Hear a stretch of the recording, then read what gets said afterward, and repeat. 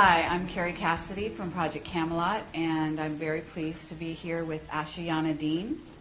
And basically, I think I'm going to let you do your own introduction as to who you are and some of your background. You know, it's interesting to hear you talk about yourself, just briefly, because we're going to be talking about the material most of the time. Mm-hmm. So, for example, I would say that you are the author of the Voyager books. Part of the appeal is for people to kind of get your personality. Right. And if you get a question that you're not quite prepared for, your personality will start to show. Well, it's showing. What do you do with that? I don't know how to describe myself. No, you can describe me. And it's very delightful, so I don't think you have anything to worry about. So, but at any rate, you want to say you've come here to teach about ascension. Yes. Would that be accurate? Yes. At this time on the planet? Yes. And I'm known as Speaker 1 in the Melchizedek Cloister, Emerald Order, and that was a commission that was given to me. And the other two speakers, there are three of us, are present in the room with us. Okay. You're an American citizen. Yes. In this life? Yes. Okay. And where did you grow up? In what state? Well, I was born in Pennsylvania, and I was raised in Pennsylvania and New York, and then moved to New Jersey, and then moved to Florida, and then to England, and then to Arizona, and then to Colorado, and then back to Florida. Okay, so you've been around. Yes. Okay, yes. Great. Actually, following spiritual guidance, we were asked to move. Once it was past the childhood and adolescent times, the moves were following what I was advised to do by the Guardian Alliance. Okay, wonderful. And you are in touch with what you call the Guardian Alliance. That's what they call themselves. Okay. Yes. And do you consider yourself a channeler? Because I'm aware of what it is you do, but I'm going to ask you questions that may seem wrong. Okay? And, Feel free. And so at that point you can correct me, and it's totally fine. It's not channeling. In fact, we teach against channeling because it's dangerous. It is a process of electronic data streaming that it's quite sophisticated, but it doesn't work like channeling. Channeling involves literally another entity coming in and sharing a body with you, and that is not permitted in our teachings because it can actually damage your DNA. This is an electronic data streaming called chelantic transmission, and it is literally electronic data streaming, but interdimensionally, as opposed to simply on the horizontal like we do it here. And that is the way that the Guardian Alliance communicates with me and has since childhood. But they have also, in my younger years, I had both negative abductions with negative groups of visitors, and it was the Guardian Alliance that actually rescued me from those situations. And I learned a lot about why I had the experiences. It had to do with the contract I came in with, that it takes most people quite a few years to wake up and realize what they came in to do, what they birthed in to do. And that was why I had the issues with the with Zetas and things like that when I was in my younger years. By the time I was 12, the Guardians had begun teaching me for the commission that I later learned what it was for Speaker 1 for the Melchizedek Cloister, Emerald Order. And once that became clear, the experiences weren't frightening before they were frightening, the abduction experiences. And the ones with the Guardians weren't, though. They were very different. They didn't involve little grays, and they didn't involve spaceships. They involved literal teleportation through Merkaba vehicle and those kind of things. So it's been a colorful way to get to the point where I am here teaching the material that I'm teaching. It's been very interesting and colorful. In the first few years, I was required to speak about that a lot. That's why I don't like to speak about myself anymore. I'm honestly bored with the subject of me, right? Because the first few years that we went public with the books and everything, it was all about me and my story, and I'm tired of my story. It's out there, go read it if you want to, but this is the interesting stuff, the information we're teaching. So I totally honor the fact that you've told your story many times, and it is out there, and so I do encourage people to go out and investigate her background, to watch other audio and video presentations she's done, because they're excellent, and I have watched a few of them, and I'd love to watch more. And she's an excellent speaker, and so I do encourage you to investigate if you're watching this. So what I'd like to do from here is really get into what the agenda is of what we, the service to self, or negative-oriented ETs, visitors, what have you. And then if you could talk about that, and then if you could also talk about what the positive side, service to others, is doing, what their objective is in being in contact with us here, and so on. So that's where we want to go. Okay. Do we have to take the short road, or can we take the more interesting road? Let's take the interesting road. Okay. Because the interesting road, by the time we get to answering that question, will make a lot more sense. And the interesting road does have to do with some of the other questions. When we'd asked you that, just give us a few questions or something that you're planning to ask, you'd listed a couple things like, ascension mechanics, the human race and where it's going and this kind of thing. There is a way to explain this. We've been working for 10 years. Every workshop, this is our 84th coming up, and every one is new information. It's the next level of information. So the Guardian Alliance has been providing us with progressively growing teaching since the Voyagers books were out. Very, very technical teachings on ascension, on stargates, on understanding planetary stargates, galactic stargates, universal stargates, how they all work, what the process of ascension is, all of this thing. In understanding some of those things, like what is a stargate anyway, what is ascension anyway, right? In understanding some of those, it brings us to the point of where we actually are now on the planet, which explains what is going on with the visitors. It explains what their agenda is, why they're doing what they're doing, and what we can do about it, because there is a negative and positive side to this. But the picture is much bigger than most people realize. Even people in the UFO movement and people in the New Age movement, they have pieces of the story. When I found out what this story was as it progressed, because I had my cellular memory turned on for a while, I had incarnational memory since I was very small, so it was not new to me. But when the Guardians revealed progressively the scope of this drama, I was horrified at first, honestly. I was terrified, and moved past that to the point of realizing, wow, I mean, it is so tiny, the little dramas that we're worrying about here. This is much, much bigger. And the reason the information is important now, and for 10 years we hardly did any media at all. We didn't do interviews. We had a couple little interviews, and we turned down a lot of radio interviews and that kind of thing, because we wanted to kind of just fly under the radar and do our things. We do our workshops. People come to our workshops. We didn't heavily advertise them. The reason why we're coming out and speaking now is because the Guardian Alliance has asked us to. They are on now what is called Official Disclosure Protocol because of things that are occurring. 2012 is very important, and so are the periods right after it. To coin a phrase from Anderson Cooper's show, planet in peril. Yes, to put it mildly. So if I can explain some of the things that are taking place now in a certain... It's a sequence, and you're free to interrupt at any point. Okay. Right? But it will help get a little bit to the more full understanding of what are the visitors up to, what is their agenda, and where are we at with that situation. It'll also include the information you said, what about the stargates and what are the status of those? It will show where that is. Right. And it's like the quickest sequence you can do, right? This has been 10 years worth of work. Now we can look back and see what this is all about and see where it's going. So if you don't mind, I will put a couple charts up. The first thing I would like to do, if we're going to talk about what is happening on the planet now, it does involve ascension, and ascension does involve stargates, but what is ascension anyway? There's a quick way to explain this, and it has to do with graphs. And I use graphs because, seriously, pictures paint 1,000 words. If it hadn't been, and all of these graphs are literally transmitted from the Guardian Alliance, and I take them down by hand, and because I don't have computer art skills, so they've all been done in black and white form, and then thanks to a team of volunteers, I put a lot of work into putting them into computer, finishing, so they're decent, most of them are. You can tell the ones that are still the ones I did on a photocopier, with a photocopier. But this particular diagram, and also I will qualify these by saying, you're going to see diagrams that are one out of, there might have been 50 diagrams in that series explaining every piece of how that worked, what it is, the structure of it, and all of this. I'm just going to show certain diagrams that will show structure, because structure is important.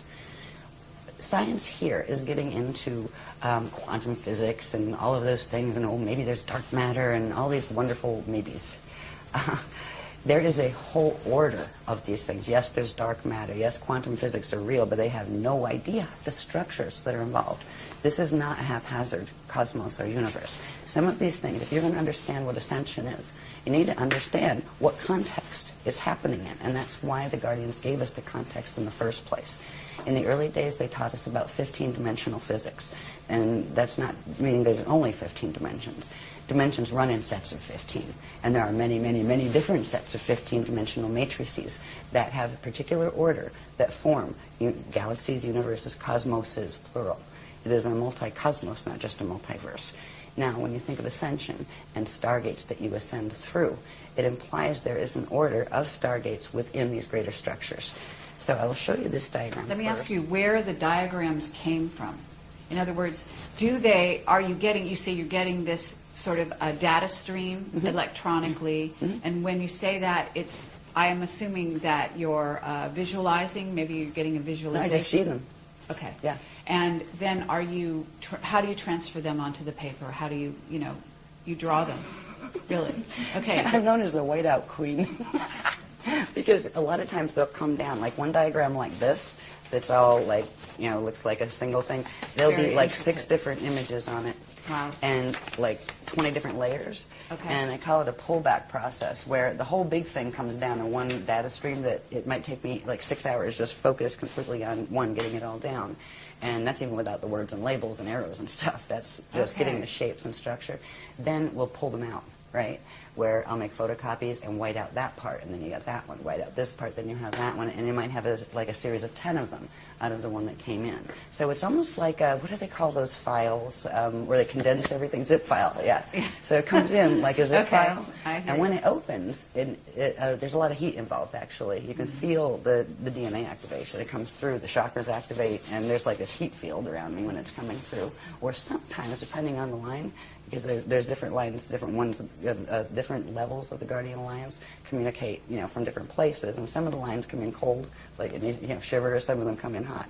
Okay. So some of them carry the images, and that's where the images are coming from. And at this point, there are thousands of them. There are thousands of intricate diagrams that come in this way. That's great. All right. This one, for instance, this is part of a huge series now, and this is a very simple one. As you'll see in some later ones, it grows. If we can think of this, I wanted to use this as a very simple way to explain what ascension is. Ascension is about evolution. It's actually about re-evolution. The Guardians refer to it as re-evolutionary determinism. Yes, there is a predetermined framework of creation within which creation occurs, but you have free will within that framework. And you start out as part of the whole. They refer to it as the God Source consciousness field. And from that place, you can enter into material experience that is all taking place within that God Source consciousness field. There is no place outside of God. All of this takes place within the body of the consciousness of God Source. They consider the structures in which and through which matter materializes and forms and identities individuate. They consider that part of the manifest body of God Source, and they're talking about the cosmoses being the manifest body. And there is a field of just pure cognition that is beyond that. It is eternal. It is always aware. Time as we know it in linear form is just not a reality there, but it's understood as an experiential quality within the framework of materialization. So in that context of understanding a little bit about how we look at God and the concept of God, yes, there is one. It's not some big father dude on with a big white beard that's going to send you to hell if you're bad, right? There is structure involved in this. Now we went through what is called Partakai creation, which takes it from the first unit of consciousness in the consciousness field of God that did something and went under certain changes. From those changes, that shape grew and literally created the spherical wheels within wheels, or spheres within spheres, that is the hidden structure behind all cosmic order, and even galactic order, planetary order, and your own body's order, and atoms' order. So this, if you think of it as just an example of a cosmos, all right, you have a center point, right, and you have a sphere. Where you see circles, they're actually spheres of energy. All right, you have one sphere, two sphere, and a third one in the center, smaller ones, and then lots of these little ones in the center. What this is showing us is consciousness comes out from the center point into this domain, or this sphere. It's called the Hara body. And first it individuates into the two larger spheres, and they individuate into sets, and this all happens at the same time, right? Expands outward. These are called, when it expands outward, it's called ikashi expansion cycles, where consciousness is coming out from the God Source consciousness field into the smaller form or structure of materialization, and expands out through these cycles simultaneously, one on each side. This particular line is referred to as a vector, time-space vector. One end of it is referred to as an event horizon. So one time vector has two event horizons, right? Now, here you have a core, here you have an inner, here you have a middle, and here you have an outer domain on each side. Reality fields take place within all of those. So it's not just that there are numerous reality fields. You have ones in the outer bands, you have ones in the middle, inner, and core bands. The process of coming into existence is expanding out through experiential cycles within the Akasha expansion cycle till you get to this point. When you get to this point, now you'll see in this next graph, these are actually time cycles with names. They're called yugas. And when you get to this, which is called the Kali Yuga, there are several options. And one of the options, which is the natural evolutionary process, which is ascension. That is the natural process by which eternal life beings, and everybody started as eternal life beings, would naturally undergo. After you expand out, get through the incarnational cycles here, and you would go through what is called a Christ star turnaround, all right? Where you enter these little cycles behind. They're called the Adashi return cycles, where they're going back into source cycles. This is the process. When you expand out, at this point, if you were able to make this Christ star turnaround, your atoms will actually transfigure into eternal life light atoms. And at that point, whatever form you hold there becomes an eternal form that you can materialize and dematerialize at will. You become what's called an Adashi adept. And some people call them ascended masters, but that term is terribly abused on this planet, so the Guardians do not like to use it. But the Adashi adepts are the ones who have made it through that change, and they are now what are called MECHANIZM individuals, which means they are eternal life and they can manifest, demanifest at will. When they go back through the cycles, go back into center, and they can actually rebirth as collectives, like as suns and those kind of things. It's an amazing process where a being that, say, is a small, like a human being, can actually evolve, re-evolve, to go back into the state of even being like a sun or a star. And it is an eternal process. There is no death involved in that process. That is the natural process for life forms. So when we're talking about ascension, it is about doing the natural re-evolutionary process. But that is not happening on this planet. When we get to this point of the Kali Yuga expansion, there are other things that can happen too. There are certain qualities about the science of ascension that are very, very much about physics. Right? And there are consequences in physics. If things are not working well on a planet, it affects the body of the people who live on it, and the animals who live on it, and the plants who live on it. And if certain things are not working well in the body, the DNA does not function properly, the body will not produce the chemicals, and a particular one called celestylene, that is required in order to allow the atoms to merge with their antiparticles without annihilating. That allows particle and antiparticle to come together. They shift angular rotation of particle spin, and you can literally turn into a radiation wave. And that's what it means actually to go into full Merkaba and be able to go through gates. That is the process by which you go through stargates. So if we talk about ascension, it is the natural process of being able to expand out. We were out in the Kali Yuga cycles, finally we're out here. Now we have choices. We can ascend, or if we get stuck here, there's another path that we can take. It's called the Kali Rama path. It is the path of step back. You can go back here to the stage before, and then have to rebirth out again into the cycles in the outer domain, and it's almost like a restart. Do it over again. So hopefully you fulfill all your ascension codes. It's what it's about. It's about activating your atoms to the point where they can fully transfigure. And if you can do it in a cycle again, then you can ascend again. There's another path that can occur here. There are basically three paths. The other one's called the path of Kali Dima.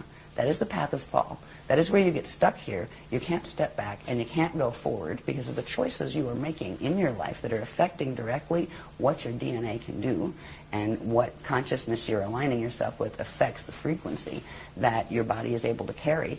And if you get stuck here, you will reincarnate in this cycle until the quantum you came in with burns out. And then you will do what is called a space dust return, where ashes to ashes, dust to dust. You will come to a point where you don't have enough energy to reincarnate into another body, into another time cycle. And you will eventually simply just go back. And eventually everybody goes back. But if you go back in ascension, you go back whole. If you go back and step back, you can come back out and go back whole. But if you do the fall path, you do go back eventually as space dust, where your body dies and your consciousness can no longer hold together, and it fragments and just becomes part of the local environment. But the local environment at times goes through natural cycles that have to do with Stargate cycles and ascension cycles, where all these little time tracks pull in together and then come back out again. At that point, anything that gets stuck out here gets drawn back into the center. So this is why God's Source doesn't look at it as losing anyone in the fall path. It's the experience of you losing your connection with the universe that it's really about. So to get to understanding Stargates and everything, I wanted to explain on this simple diagram about the cycles that we are in. Because right now we are in that Kali Yuga cycle. And those three choices are facing us very much now. And more than they might usually, because this planet is in the middle of a drama that people here have forgotten, but they knew during the Atlantean periods. They knew 10,000 years ago what was happening here, and we have forgotten that knowledge. So anyway, let's go to the next diagram. If I spend this long on every one, we're going to be here for 6 years. Yeah. No, that's actually very helpful, and I think that was very clear. So, sorry about the cough. thank you. That's okay. No problem. This next one is just a little bit it's similar to that one. It's showing the structure of that one a little more clearly. The reason I'm showing you this is just for down the bottom here. I'm not going to read them all or anything, but the detail level that we're giving. Each of these different states, we've talked about the core and the inner, the middle, and the outer domains of reality, within which reality takes place, right?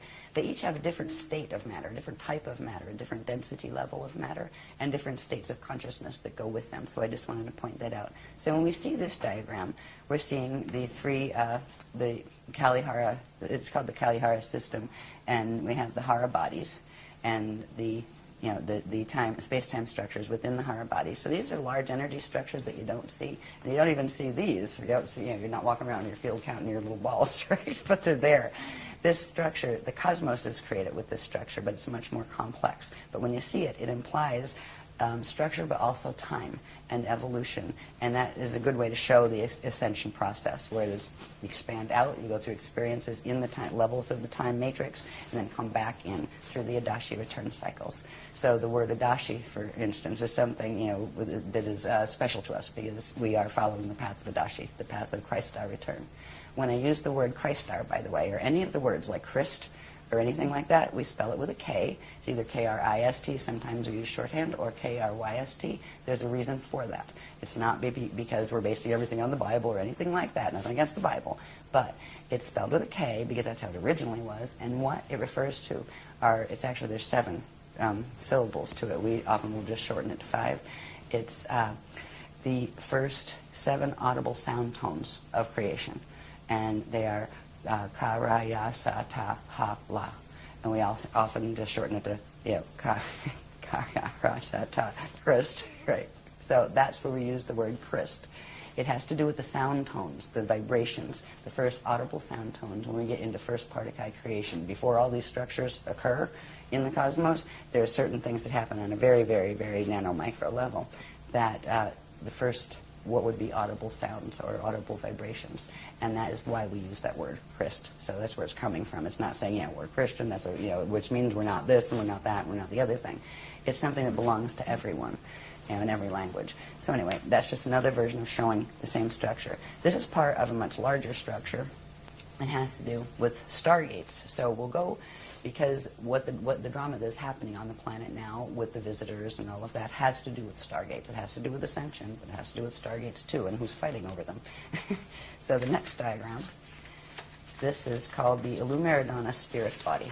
And the reason I'm going to show you the spirit body structure, this is a diagram that has many purposes, but if you remember that last diagram, this one is a bit more detailed. It is still showing structure. This is a simplified, and each one of these pieces and flows and all of the different elements of this have been analyzed. There's like 100 graphs to this sequence. What it comes with is the structure that is referred to as the Illumeridana spirit body, which is different than your light body structure, different than your atomic bodies together. It's part of that structure. The cosmos has this too. When you see these little petal things, these are actually flows of energy. Okay? Now think cosmic right? Inside of this, you have those the Hara ball structures with the time cycles moving in and out of this. But if you notice here, there are 12 points on this. There are 12 petals. Each one of those would have a line running down it that comes out the other side, right? Each would be a vector line. So you're not just dealing with one vector where you have two event horizons. You're dealing with sets of 6 vectors that form 12 event horizons. And there's more than that too, but that's the ones you can see in this diagram. The spirit body structure is built on this particular structure, and these flows here, you have some of the outer flows that are called the lotus flows, those later ones in the pink. And then these little things that you can see part of, they actually go all the way down to the core, but then there's another layer of them here and another here. These are called the core flows, or the Navajo flows. The Navajo word has to do with a particular part of the creation cycle that is the first, where the Partakai units, which are the first units of consciousness that materialize, are actually born. It's a word that has to do with the Navajo cycles. So these are called the Navajo core flows. This has to do with stargates. All right, the next one will show you these stargates. Now, if you take the circle away and the ball structures away, and just look at the flows here, again, we have those outer petals, we call them the lotus petals. We call this the living lotus. Okay. All right, and these are the natural core flows of an eternal life creation, which means energy flows out, but it also turns around and comes back. It just doesn't flow out and expand until it destroys itself and burns itself out. That's what science is watching happening to this universe, because it's not functioning normally in our local galaxy. Anyway, stargates. These structures, these flows, now this applies to a cosmos, it applies to a galaxy, it applies to a planet. The planet has a structure like this, and it applies to our bodies as individuals. It applies to atoms, actually. They have their little own structure of this. Each one of these core structures, core flows, represents a stargate that has particular structure. When you look at it on a planetary level, they are literally points on the planet that interface with these energy flow systems that connect into core. And under certain conditions, they activate, and they literally allow space, time, and matter to turn into radiation and pop up somewhere else. They are passageways. So you're talking about 12 major stargates? There are 12. They go in sets of 12. On this planet, there are a whole lot more, because the main 12, which are called the Halls of Amente stargates, they actually fell in 2003. They fell under the control of the service to self groups, let's put it that we call them the FAs, the fallen angelics, right? That's what we refer to them as. And there are about 5 different, what are called interface gate systems, that were put here by the Guardians a long time ago, because this isn't the first time that there's been gate wars on this planet. In fact, 2 seedings of the human race were wiped out by the same type of, they call them Templar wars, because they're fighting over the Templar. The Stargate system on a planet or in the universe is referred to as the Templar, and that word refers to template pillars. That's what the Templar word means. That's, I mean, the whole Knights Templar and all of that stuff. I mean, these things were from the old records from Atlantis. They had pieces of them. So anyway, when we're talking about Stargates or Ascension, in Ascension, the process of doing that turn around and be able to go back into the eternal life cycles has to do with getting your body able to where you can pass through the natural structures of stargates.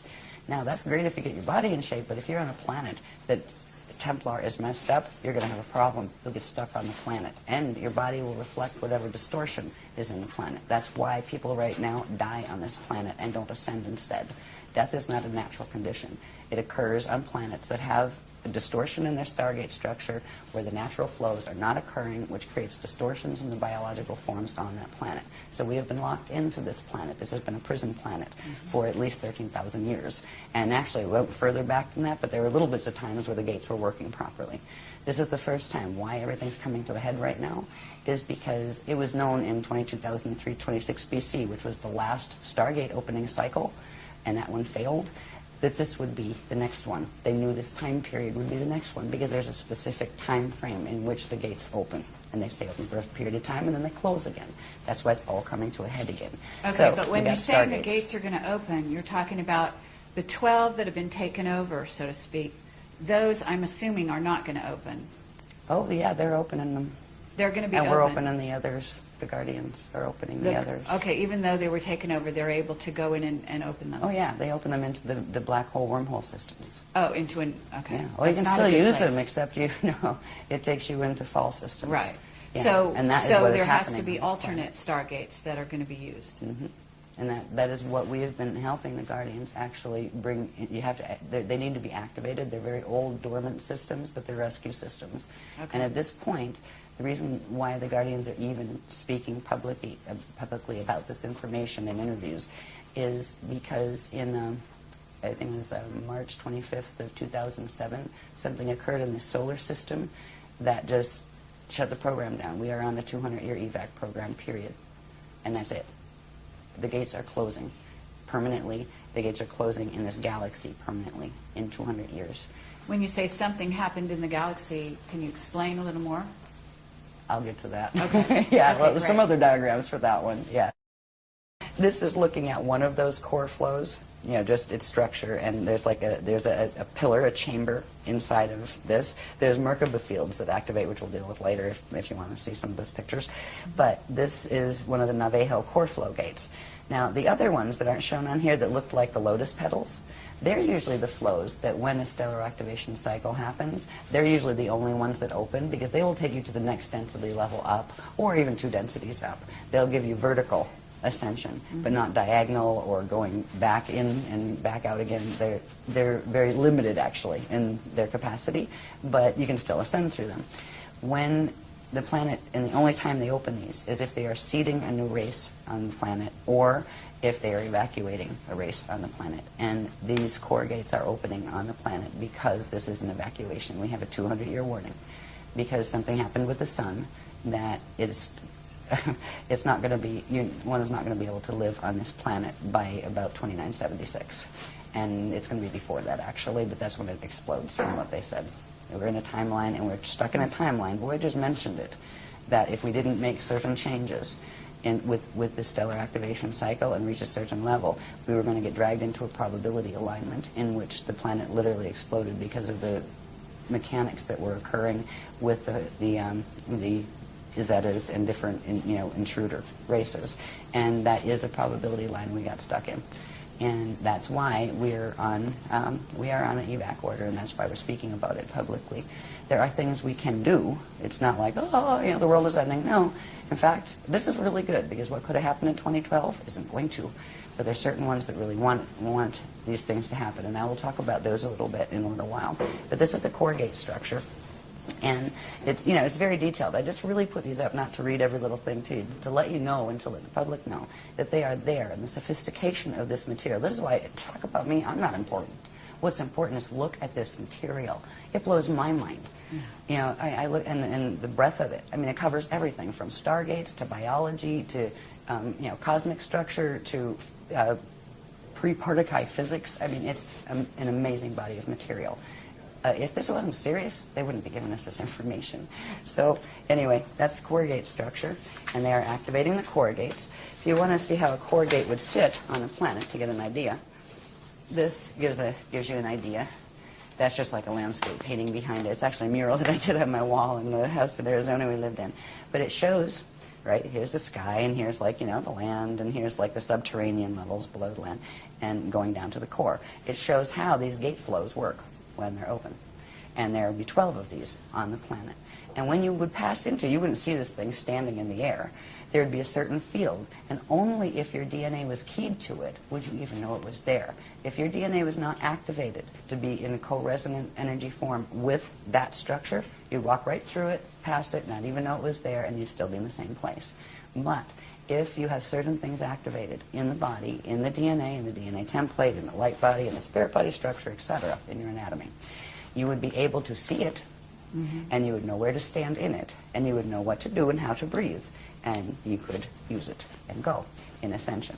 Okay, so the 12 stargates that we're talking about, which have been interfered with, let's say, they're located at certain places on the planet, physical places. Yeah, Okay. the outer ones are the ones that fell. The core ones won't fall. The core ones won't fall. No, Okay, they can't so fall. and They don't those like them. are the ones that are, you say, ancient, that Yeah. are being reactivated, as you Yeah. call it. Okay, and those are also located at certain Yes. places. And on in the different planet. places. Different places. Yep. The outer ones surface at one, in one set of 12 places. So there will and be these a in lot another. of misdirects, I'm thinking, and there are a lot of misdirects going on the planet right now, to where certain people are directing people to focus on certain areas of the planet which contain these stargates, thinking that they are, ascension stargates, when in fact they are taking them to another place. Yes. That's not so good. Exactly. Okay. Yeah, what they are being guided to fall stargates. So they're not called stargates. They're called wormholes, and wormholes Okay. lead to black hole systems that are finite life systems. And right now they are feeding on our living system and killing it, basically. And that is why the intervention is happening. That is why the Navajo core gates are being opened, because we didn't stand a chance in this one. There was planned by, let's just say, the negative ETs and visitors, that there were 5 other occasions that extinctions were launched on this planet. They were before the humans were on it. This was going to be the 6th extinction, and it was scheduled for 2012. And because of what the Guardians are doing, that is not going to happen. We're not fighting with anyone. We're standing. We're standing in the frequency as the Christ, and we are being taught Masters Templar mechanics to be able to assist them or the ground crew. Just like on the other side, you have what we call the Metatronic crew that are working the Atlantean Death Star Merkaba stuff that is what runs the wormholes. There's a whole bunch of people running around thinking they're doing ascension that aren't. And that is what is heartbreaking. Yes. When I started to go public with the Guardian teachings, like, oh, great, it's going to be great, and the New Age movement, and everybody, we're going to love each other. Oh, my God. I ended up like the black sheep in the New Age movement. Why? Because we exposed the teachings of Thoth. Not any of the people here. We exposed the records. Thoth broke the Emerald Covenant way back in the Atlantean period. He stole one of the CDD plates, took the knowledge from it, and created the Emerald Tablets of Thoth, which had a bunch of mechanics that were the Death Star mechanics. He helped in the takeover, and he still is, because that being is still in existence. He pops back and forth. He can travel through time in his little Death Star Merkaba. But it wasn't just Thoth. There's a whole bunch of them. So it was pretty heartbreaking as this information, because I was thinking, oh, great, we're all going to love each other, and it's ascension time. Yeah, right. It didn't work that way, because nobody wanted to hear it, and it's too bad. At least there were some people that wanted to hear it, because they came to workshops. Mm-hmm. And the thing is, we asked the people that were teaching the other stuff nicely. So why don't we just have a public discussion about it? Seriously, we'll each put up half of a room cost and invite free to the public, and just let's discuss the topics, the issues. They wouldn't. But what they started to do was blackball me behind my back at the workshops, tell people to be afraid of me, tell them, oh, you'll die if you use your Merkaba that way. We had more Merkaba mechanics than they could dream about. I mean, they couldn't touch the stuff with a 10-foot pole. That's why they wouldn't even take on the challenge of, come, let's talk about it. Mm-hmm. Let's talk about the history. That you can say, well, it's this or that. But these mechanics are indisputable, because they don't have the things that link them together. The Guardians showed us all of these different things, sacred geometry, how it fit, not just, oh, here it's a this. What is a that? What does it mean? How does it connect to the cosmos? They showed cosmic structure in order to show how it's supposed to work, and then they showed where the distortions they're teaching fit and what they do to pervert it. So it's been very intense since we came out with the work, and it hasn't changed. But there's a group of us that just resonate with this and go, wow. Yeah, just wow. Okay, no problem. Well, that's one of the reasons I'm here. And, I'm aware of the distortions out there. I'm aware of the attacks and so on and so forth. And, again, I have to say that people need to really go into their hearts. They need to use their heart and their intelligence to discern what resonates. And we're presenting this as what resonates, I'm going to say personally with me, but also with what I think people need to be aware of, and then they make their own decision. We've got plenty of the other side of information out there, and I think it's time that we hear from this side.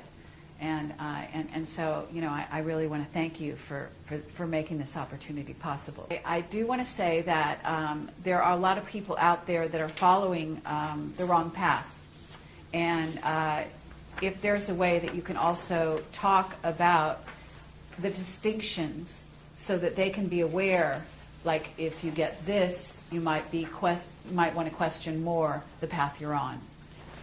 in other words, certain things will come to the fore during meditation, certain things will come to the fore even in their everyday life, where they're getting a lot of interference on certain levels and so on and so forth, that can indicate that they are being tapped into by service to self ETs. And if you have that and you want to sort of share that, we don't have to do it now because that would be maybe off the topic a little bit here, but later on. I think we'll probably come in that if we can move a bit with the sequence. The reason why the Guardians gave this sequence was because it's an easy way to touch a whole bunch of the bases, give a rounded picture that go right into answering the questions that you wanted answered. Okay. So if you want to go off the sequence, it's okay, but I no, think... let's go with this. And also, just one other thing, that you're saying we got this information and you're talking about yourself. Are you talking about other members of your group also getting this information? Some of us do. Okay. Yeah, we all have a kind of special relationship, our own special relationship. I have the translator's contract, which means I'm the secretary, right? I take down the writing. But even like the other speakers have a rapport also with the Guardians, and a number of people in the groups have developed a rapport with them as well. In fact, we work with them to help them to do that. That's what the Guardians would like, is to start communicating where they can start teaching people directly, because we're like a little bottleneck on the information. It's only given through the workshops and that kind of thing. Yeah. So I talk about it as we. Not that I'm a plural, but that there's a bunch of people that are interacting with the Guardians directly. I'll just go really quick on these then, because there's another point I want to get to. That we can pop through these, but I want to bring something up that's very important.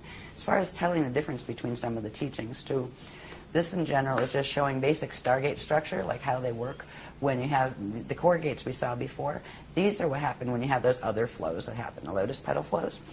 When you have a Stargate area, you have two vortices of energy, one electrical, one magnetic, and when they activate in the center, they come together, and one goes down, one goes up, and they form what's called a Viveka Merkaba field. All right, and that Merkaba field is, well, what does it mean? Moving light body, Merkaba, right? The Merkaba field is the field that actually, if it's around you, if it's a natural one that occurs around you, it's also occurring within you, and that is what allows your atoms to bond with their antiparticle and transmute and transfigure so they can go through gates. So this is basic Stargate structure as far as the Amente gates were structured on this structure and those kind of things. There's more to that. There's the Merkaba part.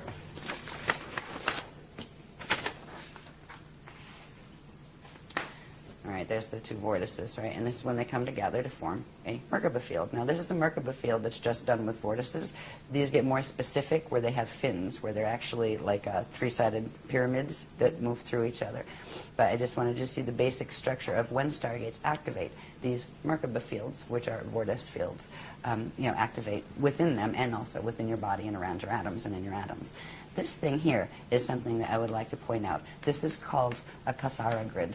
Light, sound, one, Kathara.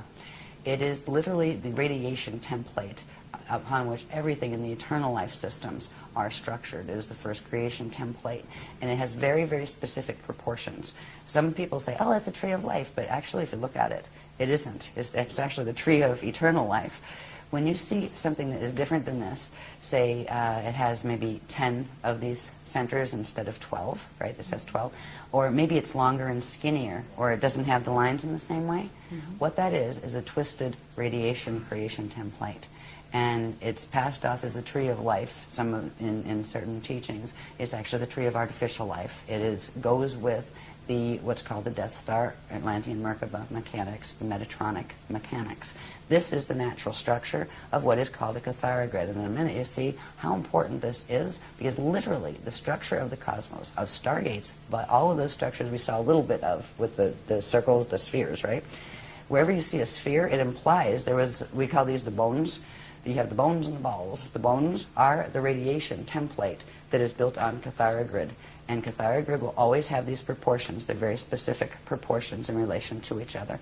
And that is a living template. And with that template and the structures built upon it will be living. Our body structure, we have one that runs through our body that right now is very mutated because of the planet, and we'll see that, a little bit of that later. But we are moving to reactivate the natural imprint. So the cathar grid I wanted you to see because it will help you understand the maps. You're going to understand stargates and wonder where, okay, if I ascend, where am I going? Right? Seriously, like if you're going to leave, where are you going? Do you even have a clue as to what the choices are? You know? They've shown us where these maps go. This is the beginning of understanding maps. I'll just show you this really quick, because this is showing, there's a sheet that talks about, I'm not going to talk about all the proportions right now because it's heavy detail, but this sheet explains about how this actually controls how particles interact with each other and all sorts of things, from angular rotation of particle spin of particles in universes and that kind of thing. So this is just showing the specific proportions that is very important. So when you see something using as a sacred geometry, this structure that is not built on those proportions, it is actually representative of one of the other teachings that is teaching distorted template mechanics that have to do with wormholes and black holes. All right, so anyway, next one, please. Interesting. Yeah. The more this came out, the more horrified I was. I really was. I was like, oh my God, please, you know, I don't want to have to talk about this, right? It was very hard. Now at this point, I have to have a sense of humor about it. You know, where it's, okay, so I am the pariah of the New Age movement, whatever. Somebody has got to let people know about this. That's why I still do, because it makes more sense than the other stuff that's being taught. And there's so much love in these teachings and in caring about people enough. Like, okay, so you might be mad at me because you liked that paradigm over there, and I just kind of don't mean to be a whistleblower, but if you're hurting yourself with that Merkaba, maybe you should not do that, you know? Anyway, go back on this. Sorry. This is showing simply, remember that little catharogid structure, right? Well, here's one. Here's another.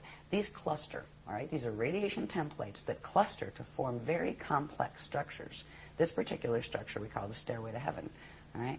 One of these catharogrid structures would hold 4 density levels of our local universe, all right? Let's say the Milky Way galaxy, but there's actually more to it than the Milky Way. So that would be like our local universe. It actually includes Milky Way and Andromeda M31 galaxy, all right?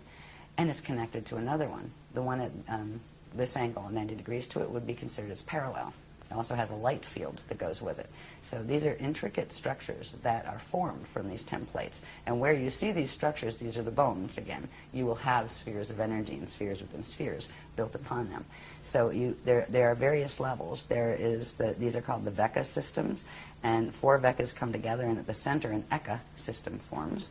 And the Eka systems form a cluster, and they form what's called an Akasha system. Then there's an Akasha A system and Akasha Aya system, and they all form this big cluster that's called the Yukatarista body.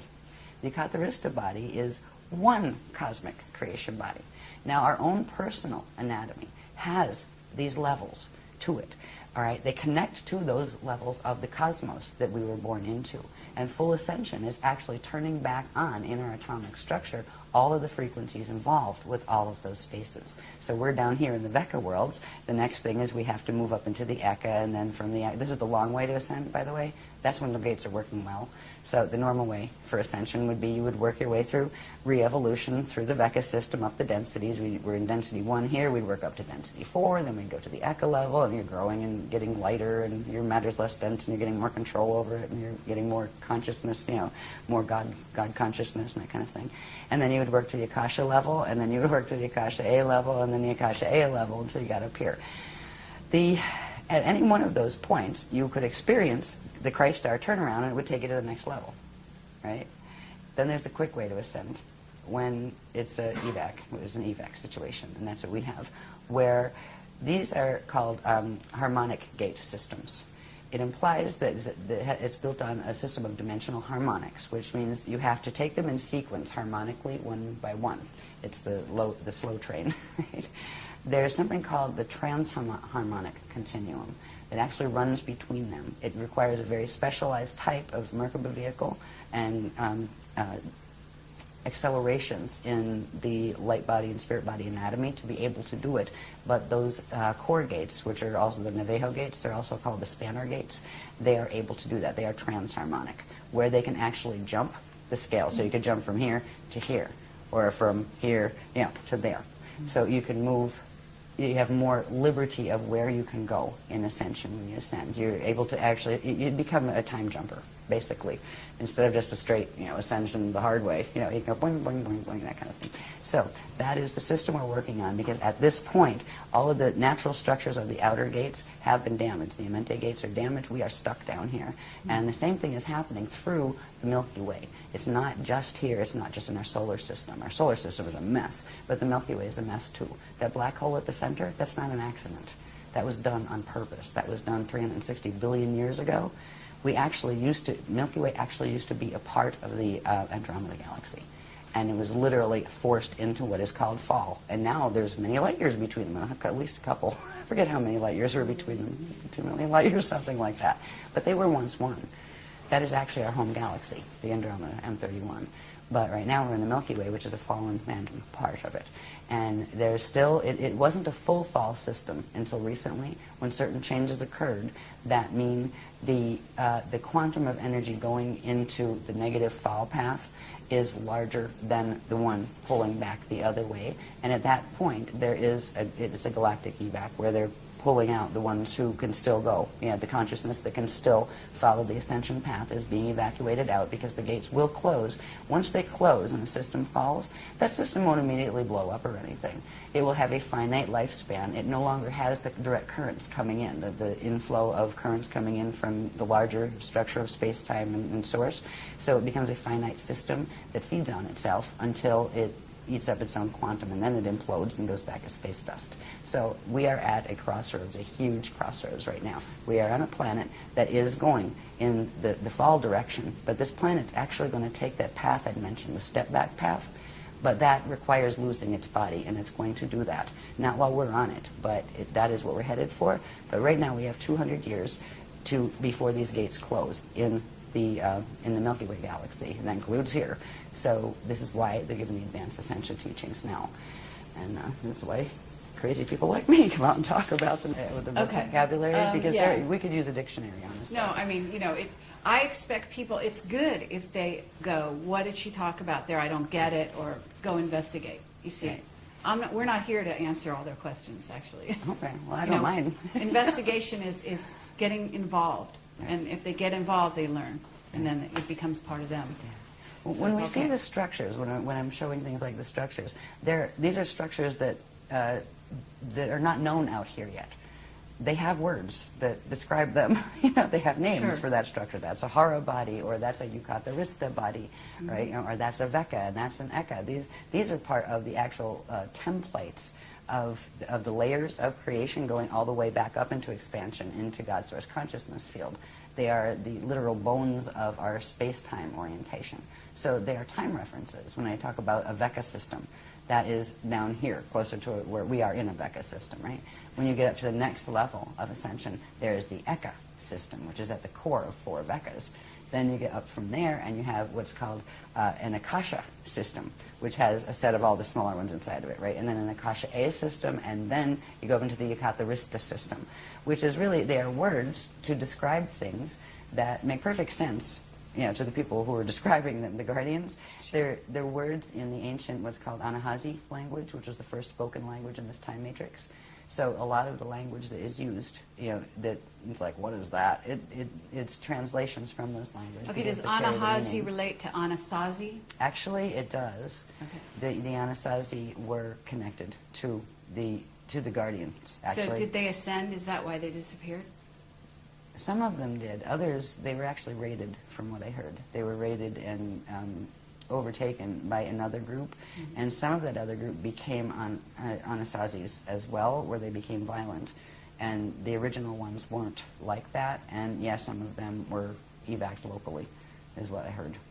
Okay. The Kabbalah is got to be, I'm going to just say it here, to my understanding from what you're telling me, is that Kabbalah is not the positive ascension path.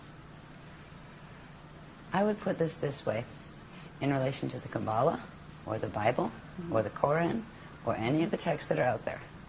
There are elements of truth, all of which came from the original teachings that were on this planet. There were 12 legions of the Christ, 12 bodies of teachings that went with the CDD plates. there are pieces of those that have wound up in the religions of today, and there are distortions in all of them as well, which means they all carry a mixed path. Okay. And the way to tell, it takes a while to develop the sensitivity, but there is something inside and visible of everything, be it a cup or a cosmos or a set of letters written on a page. There's something called an encryption. An encryption is this very specific radiation signature that is underlying. It's in the dark matter template. When you get to a certain point in DNA activations, which sensitize your inner senses in your body, you can know with direct cognition. You can read a sentence and know which part is taking you in which direction. So anything, like the Kabbalah, there are some beautiful things in the Kabbalah. And they also use a mutated tree of life because they don't remember any different. And they were tricked. Just like there's a lot of great things in the Christian religion that are, true to form, and a lot that aren't. There's been trickery ever since the Atlantean periods here. Well, there was before too, but that was the big showdown for trickery. And what we have now are the trickle-down ideas and piecemeal memory and piecemeal history of what could be salvaged from that time. There's a reason we don't remember. We'll get into that a little bit when we get into that stuff I talked about at the end that was important.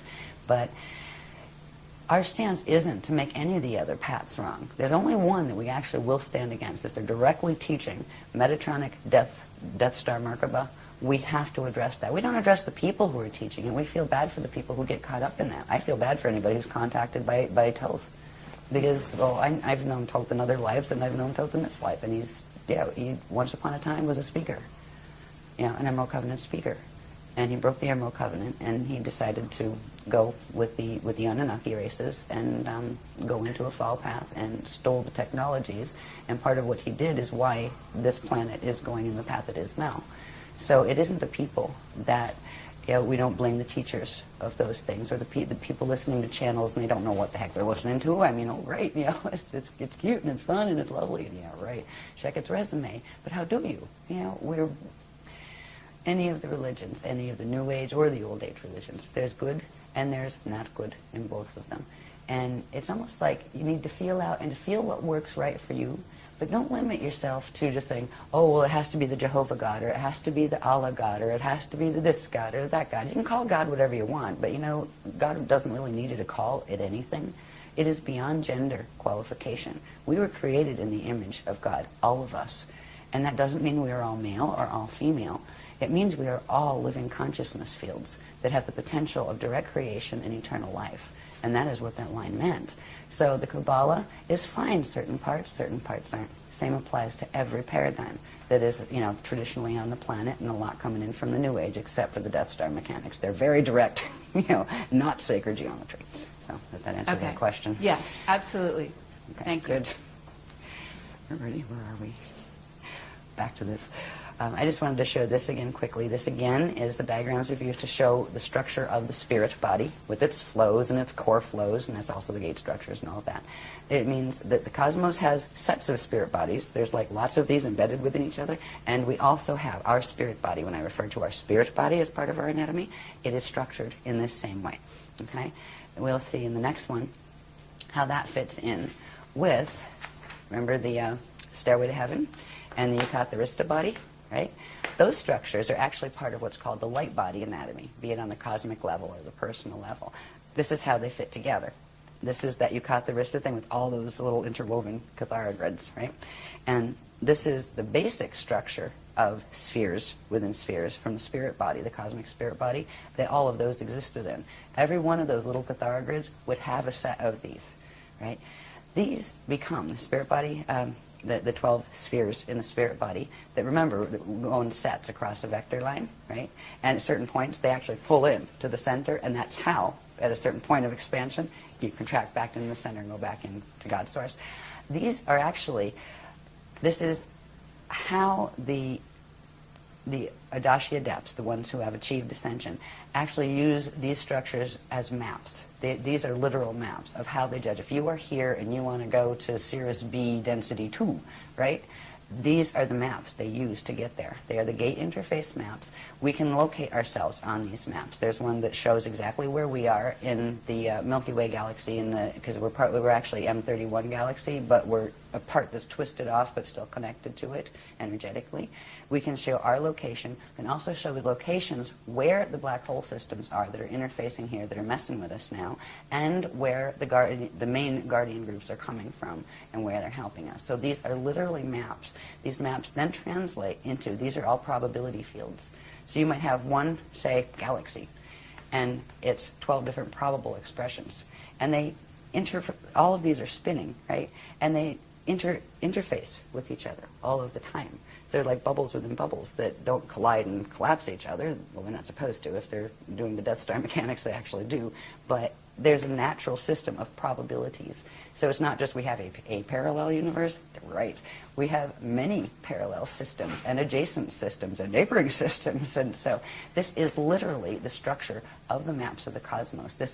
These are the structures you use. Once, say, you get to the point where you can ascend, well, you have to first of all decide where you want to go, and then where is the map to get there. These are the maps. So I wanted to show you how those structures that are on a small level, our own multidimensional anatomy is structured that way.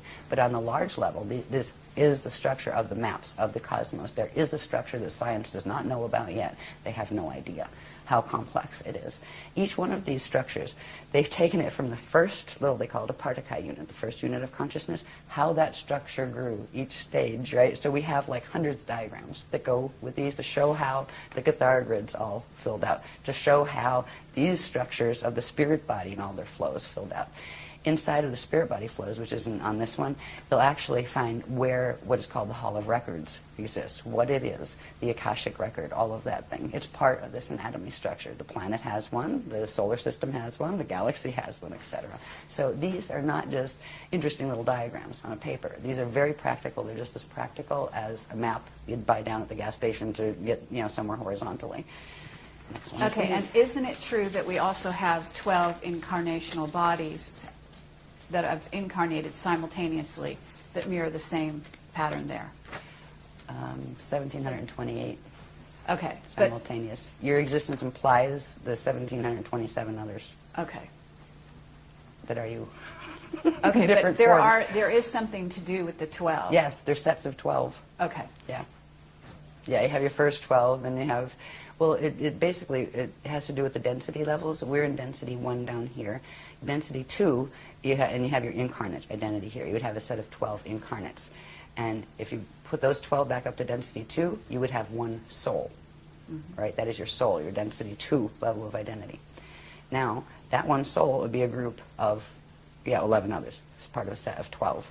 Sure. And you pull all those together, come up to density 3, and that's where you are an oversoul. And that oversoul is a part of a group of 12 oversouls. That you pull it up to density 4 is an avatar.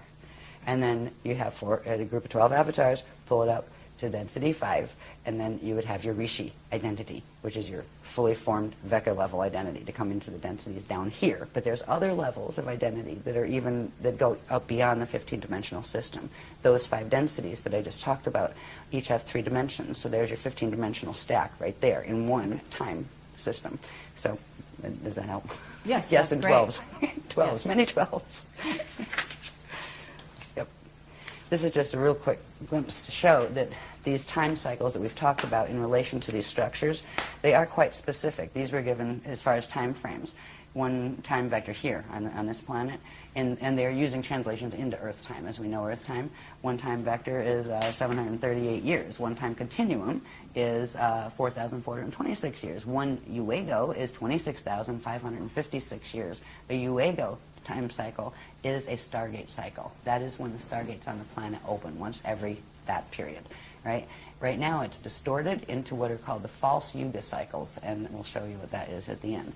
But these go all the way up. There's galactic levels, there's universal levels, and these are the structure of time and how it works, and that yes, you can take it right into periods of time. It is because we are in a stellar activation cycle right now, and the last one was 26,556 years ago, and it failed. The gates did not open. They had to be shut closed because we got raided. That was called the DEANE massacre period, where it was there was a lot of ships mowing people down, actually, in that one. Okay. Beam ships. And was this, we're not talking about Atlantis here, we're talking prior?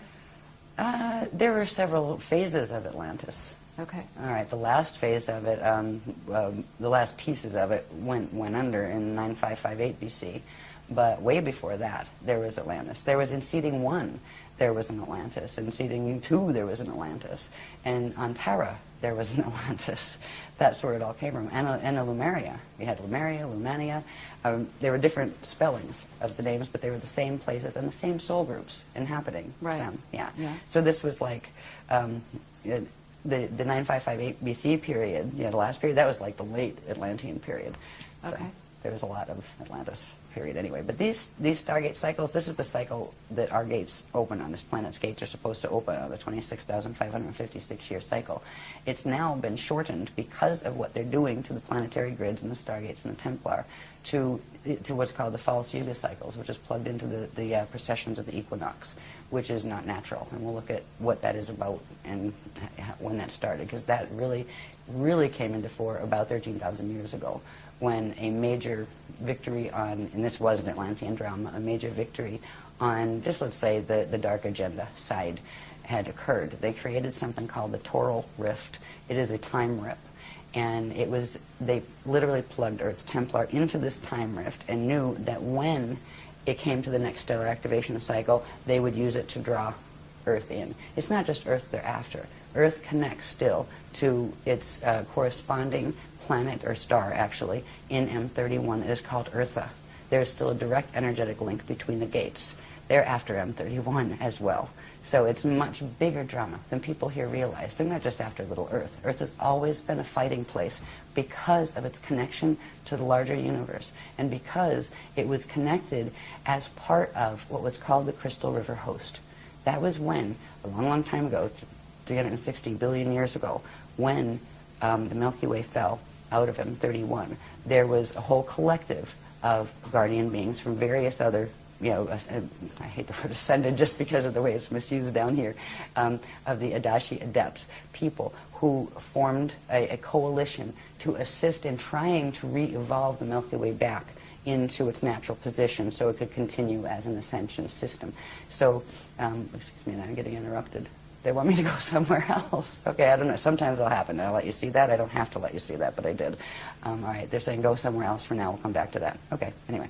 They don't want me to talk about galactic history yet. Okay. Yeah, I get that sometimes, even when I'm on stage. Okay, where I'll just get a little, hello. Okay. Why are you saying, what is their motivation? And if you want to put this question off till later, we can do that. But what you're saying, they were after Earth, and they were after it because of its connection with the larger universe. So why? What is their motivation for taking us down, for closing it off and making it a finite system? Right. What is the core objective? Food. They're in a black hole system that has fallen. Because of the nature of the physics dynamics involved with creation, the way eternal life creation works, is when a thing falls, it loses its connection to the inflow and backflow of energy from the source consciousness field, which means it gets left with only the quantum it had when it fell. Now, everything is spinning. That takes energy. It uses up its energy, and if it doesn't suction energy off something else, it will implode and go back to space dust return, which is what a system was meant to do, so nobody gets stuck and everybody gets to go home, either as space dust or, whole through ascension, whichever, at least you go home. These groups that have adopted the false creation, they've tried to recreate the creation because they didn't like the consequence their own choices brought to them in relation to the physics reactions to the actions they took. They ended up in a false system, and they wouldn't face the reality that, you can make peace with that, even if you're in a false system. You can say, well, you know what, that was pretty dumb to get ourselves into that, but we're here and we can handle ourselves with grace. We can still love creation. We can still act in loving ways. They decided instead it would be more interesting to keep themselves alive by using a vampire technology. They're going after it for quantum food, to feed their system. If they can harness this system, literally the entire quantum of energy that is in the system will be drawn into their black hole system, which will give their whole system more life. So they're postponing the inevitable But they keep using these technologies to do that, and they prey on living systems. But there is a point in time where that backfires, and they're getting very close to that point too. So anyway, that is the core motivation. Okay. It's not that anybody's mad at anybody else, or they're fighting over this toy or that toy. This is big. They're fighting over survival, and they feel that they have to kill the living systems in order to have that energy as food, period. And that becomes the most important obsession for them. And it is a twisted thinking. When a being gets that far into de-evolution, where it really has no remorse, they don't have what you'd call emotional bodies like we do anymore. They don't care. They just take. And they don't care about giving. They don't think about that. And they don't want to hear it. You can't rationalize with a certain level of foul consciousness. So that is what we're dealing with. And that is why. It is a very large story. But it's really not very personal story. You know, it's like, don't take it personally. Do you take it personally if you're swimming and a shark rips off your leg? It's a shark. Sure. You had a leg. It swam by. I mean, you know, are you going to hate the shark? It's just doing what its instinct moves it to do. And that's kind of like what is happening here. So that's how I've been taught to look at it. And I'm at peace with it. I don't like it, but I'm at peace with it in that regard. But I will stand for the things that, for me, that mean most to me. And I believe in the loving creator God source field, and I believe in being fair to people, and I believe in telling the truth even if it's hard, and I believe in facing the truth even if you'd rather pretend it wasn't there, and dealing with it and taking it forward from there. So anyway, those consciousness don't think like that. But that's what it means for me when I say, you know, we stand in the Christ. That's what it means. It's not fighting with these beings. You know, I mean, you can do that, but they're just engaging your energy anyway. But we do have to stand and work the gates here. Somebody has got to take care of the remaining gate potentials here so that consciousness can evacuate out within the next 200 years that is going on the upward swing. So, is that good enough? Okay, yeah. Very good. Tangents. So this is just showing the time, like there are literal translations into Earth time. And this would apply, like you could go sit on Venus or something, and then you could translate them into Venus time, which would be different because time has to do with how fast things spin and all of that. You know, like, yeah, never mind. Physics of you know, how long your day is and your sidereal time and all that crazy stuff that I don't like.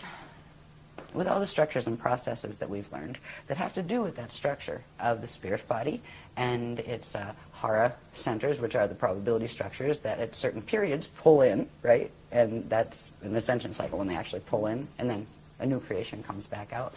There are ways to track those cycles. There are ways to track from the point of conception onward how your body grows in cycles. And there are also ways to track an evacuation cycle, and they all can use this diagram. This diagram has to do with octants and specific ways the energy is divided up and within those structures that we've looked at. And this is just showing, it's called the loadout schedule from 2008 to 333 AD cycle. Now, it doesn't mean we get this, the gates are going to be open here until 333 AD. They're going to close over here in 2230. That is when the gate systems here close. But this is actually showing that, okay, once you get through here, there's certain stages. We made it through what was called the Kalihara celebration. We called it a celebration at the time after certain things happened in 2007. As we moved into 2008, if we did not hit on this planet a certain level of core vibration, we would have gone into fall right there. We would not have been able to hold a host. All the gates would have shut except the fall gates, and we would have all been stuck, and it would have, well, we'd all been extinct in 2012. That was the other side's plan. But we did make the vibration for the Kalihara, which allowed us to pick up into the host, which is called the Crystal River host. This has to do with a stream of energy currents that are coming in from a matrix that I'll show you later on the maps that are the high level of the Guardian Alliance. They're like the ones that wrote the books originally. They're like the small layers from our matrix. These are massive Messianic beings, and that means they're the eternal life beings, the ones who've gone through the Adashi return cycles, and so they're. Anyway, we were able to pick up the host, the planet was, where it could anchor those frequencies as long as there was somebody here to anchor it, and that is what our groups have been doing. We are, I mean, our bodies are energy, everybody's bodies are energy, and we're all anchoring something. And right now, the planet, most of it is anchoring the Metatronic currents. And there's a few people that just because they happen to have the DNA codes that they are connected with the Christ and don't know it, are just, going about their little lives, but anchoring it, the good currents anyway. But there are, I'm not aware of any other groups that are working at all with the Christic energies as far as the grid works they're doing. So we go around and we do grid work, and very specific grid work. You see these type of diagrams? Well, when we go to do like grid work someplace, we know what a vortice is, right? We know where to go. We know this information. We don't just go play like a planetary guardian like a lot of people do, unfortunately. People that are inadvertently anchoring the negative currents and opening gate sites on the the wormhole codes because they don't know, because nobody taught them the difference between them. So anyway, we made this into this cycle, and this is good, because if we didn't, it would have been all over back in 2012.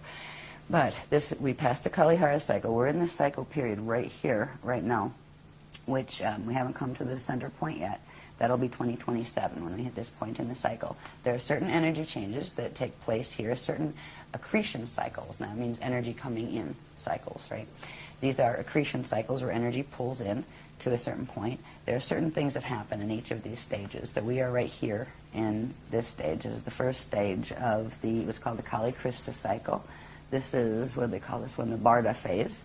And then over here, there's the Masha phase, I believe, and that's where you get the MECHANIZM word from. And the word Messiah was twisted from that word, the MECHANIZM word, in the ancient Atlantean teachings. That's an Anahazi word having to do with this cycle. And it's related. Is it related somewhat to Mahayana, Mahabharata? Yes. Very much. In fact, a lot of the Mahabharata texts were some of the remnants that had come up from the Mahabharata texts that were the translations of the CDD plates much earlier. Yeah. So anyway, we have to this point, when we get over here, that is 2047. I don't have it marked on this one, but this would be the point in this cycle. It would be 2047. And this is where something called an infold happens, where when we go back to remembering the vector line with the Hara bodies on it, right? And at certain points they pull into the center and then come back out again. That is going to occur with the energy systems literally in the parts of this galaxy that can hold the host, including Earth, including our own fields. So right now we're making it through this part of the cycle. There's certain changes that will happen here. This is a point, that middle point, during which something called the Bardo chambers open. Now, the Bardo chambers, it can be a pleasant thing, or it can be a time when people evac the quickest way possible. And we are still looking at the potentiality of there could be major Earth changes that occur during this period. And that's and at this point, it's like if we get that far, because what's happening between now and 2012 is pretty rough. And what some of the other ones, like those who make wings, have planned for 2019 isn't too pretty either. So we're trying to help keep the grid stable and the consciousness stable just by working energy, as opposed to trying to go out and preach on anything. We teach what we teach. But there are this is a really bumpy period we're going through here because of what the service to self ones are doing. And they are seriously just trying to use this. They're trying to take our planet, forget about us, they don't care. They were planning to exterminate us in 2012 and just use it as torque to drag a whole larger system into feed their black hole. So when you have an objective like that, you really don't care. They don't care how many people are lost, but the Guardians do, and that's why we're still here. So we're moving through this period now. We're probably somewhere right about here, because this will be 2027. There's some rough spots coming in 2019 and 2022. And also we are in the middle, well, not quite the middle, but in March of, I think it was March 25th, 2007, there were certain things that a particular group of the Raider races called the Borgia that are connected with the Thetans. They kind of work together. They're on the negative side. They're part of the groups that are fighting over who's going to control this beast machine, this Death Star Merkaba here. They did something with the solar gates at the core of the sun, and they forced closed what is called the prana seed. Now, the prana seed has to do with sophisticated anatomy. We all have one, and so do planets and galaxies. When a prana seed closes, it forces the Bardo, and which means it forces this beginning of the death cycle. And our sun is dying as of that point. That doesn't mean it's immediately going to die. There are 15 layers of the dark matter template called the Rasha body that need to separate from the physical matter body. That will be done in 2022. Now there is a gamma burst that is released, and right now it's being buffered every time one of those, they call them ring waves, solar ring waves, releases. And they will get stronger as it goes into the higher levels of the rings, the higher numbers of those 15. And 15 comes in 2022. So, so far so good. We haven't had any major gamma bursts, that, solar flares that wiped everything out. But these are other potentials that we are looking at as well as earthquakes and the usual stuff that end times dramas bring. Gosh. But it's not as bad as a lot of the things that some of the other people are teaching. I've heard certain people say that, oh, well, we won't even be here by 2013. Yeah, that's one of the Death Star people. Right? Okay. So I'd love to have a public debate about that one, Mr. So-and-so. Yeah, it would be great to do that. We invited that person. I think Oh, you know who really? I'm referring to. Yes. Yeah, years ago. I see. Yeah. Interesting. So anyway, this is showing the cycle. There are certain different things that happen in this amazing structure of the planetary, solar, galactic, and universal spirit body and light body structures. It's a very specific process that is involved with Christ star evolution, which is going into that where you fulfill the, fulfill meaning accrete, or bring in all of the frequencies in the template that you needed to make that Adashi turnaround, where you can immortalize your atoms and go into the eternal life, going back cycles. And planets and solar systems and galaxies can do that too. So there's a portion of this system, this galaxy system, that can still do that with the extra frequency that is being added by that host system that is called the Aquarian matrix. And it's actually, the Aquarian matrix is, they have the prototypes of what the humans here were actually designed on. The genetic prototypes were from there, even though we weren't directly from the Aquarian system. We were from M31 and from this particular universe once, the Milky Way once it fell.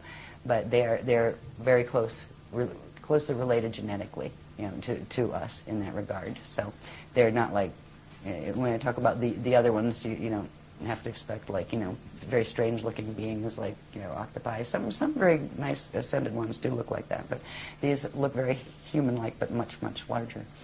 Okay. Very, very tall. Yeah. Anyway, so this is the cycle we're in at the moment. Now, this one's good. This will show a little bit. This is how we can start understanding these as maps. That's a pretty colored one. I'm so glad people cared to take my black and white messes, right, like these, and do them properly on the computer. This again is just showing the bones, or the interwoven Cathara grids, right, of the Yucatharista body, which is like one cosmic body, right. Down here, Aquinas, Kasha matrix. We're down in here. Aquinas is actually the name of M31.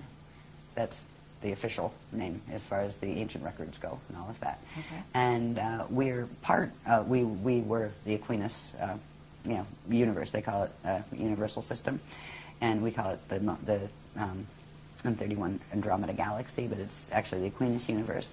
Now, we're located down here. Up here is the Aquarian Akasha matrix, right up here. So we're down here, and they're up in this section. So it's literally showing the relationships, like, okay, one lives over here, and one lives in, Pennsylvania, one's in California, that kind of thing. And there's another one, there's a black hole system, a fall system right here that's called the WZNIESIENIA system. And what's interesting about this whole creation is falls can happen where part of the spherical structures of that system literally no longer are energetically connected to the grid. They still hang in the grid, but they're cut off from it. They can only happen on the Veka and the Eka levels. A whole Akasha can't fall. Once you get to the Akasha layer, none of those other layers can fall. And it's just a different type of existence where you don't worry about the polarity dramas that end up in falls and things. So, but this shows us where we're here.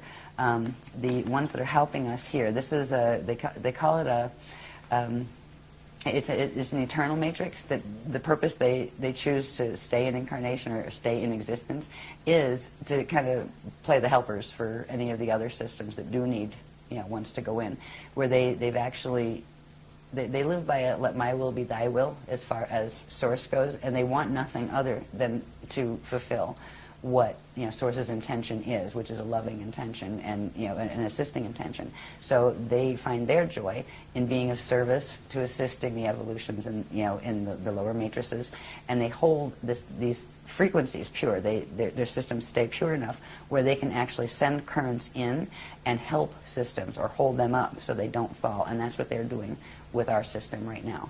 This little red one right here, that's our parallel, our immediate parallel system on this level. And this one is a black hole system. All right, the parallels of fall. We have a parallel Earth, and that finally finished falling in 2003. We have a parallel Milky Way that is a mess, and it's called the Alpha system. That was the first black hole. They look at us as the Omega system. They're the beginning, we're the end. They're planning to pull the two systems together using the Death Star Merkaba mechanics. So this is the locations, anyway, of where who's on first. We're here, over here in the Aquinas. That system, the parallel, is running in here. Our buddies that are helping us with the Crystal River host, sending us energy to literally stop. It's kind of like sending big energy arms down to hold us up, because these guys are pulling so much energy out of us, we would have fallen already. This whole galaxy would have. And then up here, there is another system. This system, the Luisa system, is connected with this one. They've linked through wormholes to the center of their cores, their Eka cores, and created a structure, a system of wormhole structures. One of them is the Yodhe-Vodhe wormhole structure. And any channelings and stuff coming from that stuff, it's coming right out of Wisole and that kind of stuff, and it is a false system. So there's the trickery that is going on here is heartbreaking. It okay, can you talk is. at all about the dimensional aspects of this? Because certain of these systems aren't in certain dimensions. No? Certain of these systems aren't in certain dimensions. Because in other words, it seems, at least in what's out there, we're talking about four-dimensional beings being, the negative service to self coming in through. Talking about 15-dimensional beings being negative, some of them too. Oh, really? So going up much higher levels than is currently thought. Oh, yeah. Okay, because that's interesting. That Oh, yeah. You're saying there's a backup. Metatron, for example. Metatron is an entity. It is a Rishi entity, 15-dimensional Rishic identity, and that collective fell. But it was still on the Veka level. All right, when you get up past the Veka levels, because we have our density levels that are inside of a Veka level. Vekas go in sets of 4, and at the center is an Eka. All that stuff is inside of something called an Akasha level. The Akasha level can't fall, but any of the consciousness or the structures below that can. Okay, and what levels of density then are we going down from there? Each set of, each Veka, each Cathara grid, let's say, those little structures that you saw, each of those has like 4 density and implies a 5th density when you cross through the center. Whether you find that Akasha on the lowest densities in the Vekas or up in the highest in the structures of the Yukatharista body where it can't fall, it's all consistently, there are 5 densities and 15 dimensions to each set. They have different types of matter and different density levels of matter. Some are heavier than others and that kind of thing. So, but that part is consistent from the smallest all the way up to the largest. It is just the fineness or the refinement of the matter type changes as you go up into the ones that can't fall. There is a refinement to the energy and the consciousness there that you don't find in the one, in the lower systems, even the best of the lower systems. So that, I think that's how I would answer your question. Okay, and if you get the light beings that manifest here, that are really manifesting, in other words, they really are light beings, what level are they coming from? It depends. Could be anyone. From what level up? There's an old saying that light can deceive, but sound tells the truth. Sound is the vibration, right? Okay. The encryption. Mm-hmm. It's a feel thing. You can have really beautiful light beings that are coming in the form of, that are actually FAs or fallen angelics that are coming to mess with you. You can have really, really ugly ascended ones that are really good. They come from many different levels. We are learning to turn ourselves into light. We are the things that they are teaching us now. We're learning first bilocation, next is translocation, and then eventually you get to do transmigration, but that requires having certain things where you actually aren't trapped by the planetary time cycles anymore. So light beings, where do they come from? Well, they could come from here, You know, they could come from Venus next door. They could come from the highest levels or the lowest levels. There are light beings that come and visit out of the black hole systems, and there are ones that come and visit from the higher levels. So just because it's a light being doesn't mean it's good light. Okay. They've made a distinction. They taught us some very interesting mechanics about the difference of light or radiation signatures, right?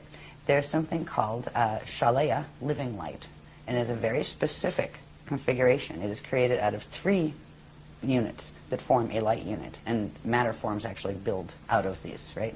And there is another type of light that forms through using actually the natural light, the organic light that comes from first creation, natural creation, organic creation, is the 3 balls. I don't have one here, but it's like, they call it the trifecta, where it's like 3, 1 ball on top and 2 small ones, and that is what the structure of the light unit is. It has the ability for those the 2 little bottom balls to phase in and out like this and spark when they do. So it can generate its own quantum. So it's eternal, right? There's another type of light that is not organically occurring. It occurs by bending the natural laws of physics and using the various forms of the Death Star Merkaba mechanics. And that is called the ASHAYANA light field. And it is a dead light field. And it is made of, they call it the Vesica Pisces configuration, where it is just 2 light things together, like that, right? 2. And they spin, and they spark, but they have to attach to something in order to feed, or they're finite and their spin actually burns them out until they collapse and fall apart, which means the matter forms that they're built on collapse and fall apart. So they are finite light. And so that is, you know, the light beings. Is it a light being made out of a ASHAYANA field, or is it a light being made out of an organic ASHAYANA field? Same thing with orbs, right? Yes, you can have positive absolutely. and negative orbs. I've met some very nasty orbs in my day when I was younger. I used to run from them. I was terrified of them because they would turn into Zetas, right? Yeah, the red ones you had to look out for with the Zetas. Yeah, I'm not saying all red orbs are Zetas, but yeah. So there's things that can be used. Just because it's a phenomena doesn't mean it's always good or always negative, right? Sure. That's where learning the sense encryption and that's very helps. valuable for people to hear. Yeah. Good. Okay, back to where are we? Oh, let me go through this quicker. Are we here for ancient times? This is showing a close-up of that. These are my hand-drawn ones, right? Which, in certain ways, I can read them better, probably because I drew them. But they're much prettier when they're done on the computer. This is showing that same thing. It just happens to be tilted the way I drew it first, right? That's that same thing that was up the top before. And this is showing right here where our Vecca system is, right here.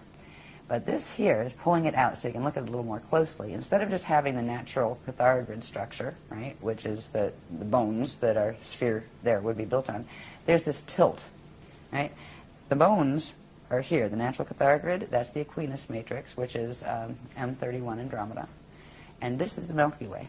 Now, we're still energetically connected through Earth, right to, if you notice there's numbers on these little centers. They're called Cathara centers. Through number 3 on the Andromeda, or the M31 grid, and number 3 Earth on this grid. They are connected. That is the link that has been holding the Milky Way connected to Andromeda. And if the host mission was to try to help the Milky Way evolve back into its natural position, because if something gets stuck like that, eventually it'll fall and be off the grids where it will become finite until it burns out as quantum. So there's always rescue missions that try to bring something back. Earth has been a place of, and so was Tara before Earth became Earth down here. There was a star here called ASHAYANA. And that is actually the host star that the fragments of Terra were put in to begin this solar system down here in density 1. That's described a bit in Voyagers. But this is showing the offset, where this is the, say this is the north axis of M31. This is Milky Ways. They're off tilt with each other. And that actually creates distance in space-time. A couple million light years. What was it, 200 million? I forget. I used to know anyway. But so that's just showing in these maps. Now, you can see that just a little bit closer when you bring it in, just that little part. That shows those misalignments, where this was the natural structure, and that's the structure of the M31 Andromeda galaxy's core template, right? And these are the 12 main stargates in that universe, by the way.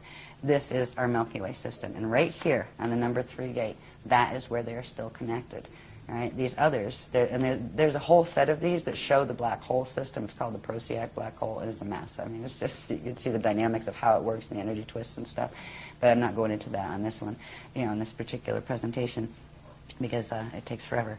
But they're just showing the offset. So, and what this translates into is that distance that we're seeing between M31 galaxy and the Milky Way galaxy. But they are one, and that is our home system. And if we are going to ascend out of the vector matrices, we have to ascend through there. Anything in this matrix has to go out through where it came in from because of the encryption that you carry. You will carry the encryption of the gates you came out of, so you need to use them to go back, in the Adashi returns.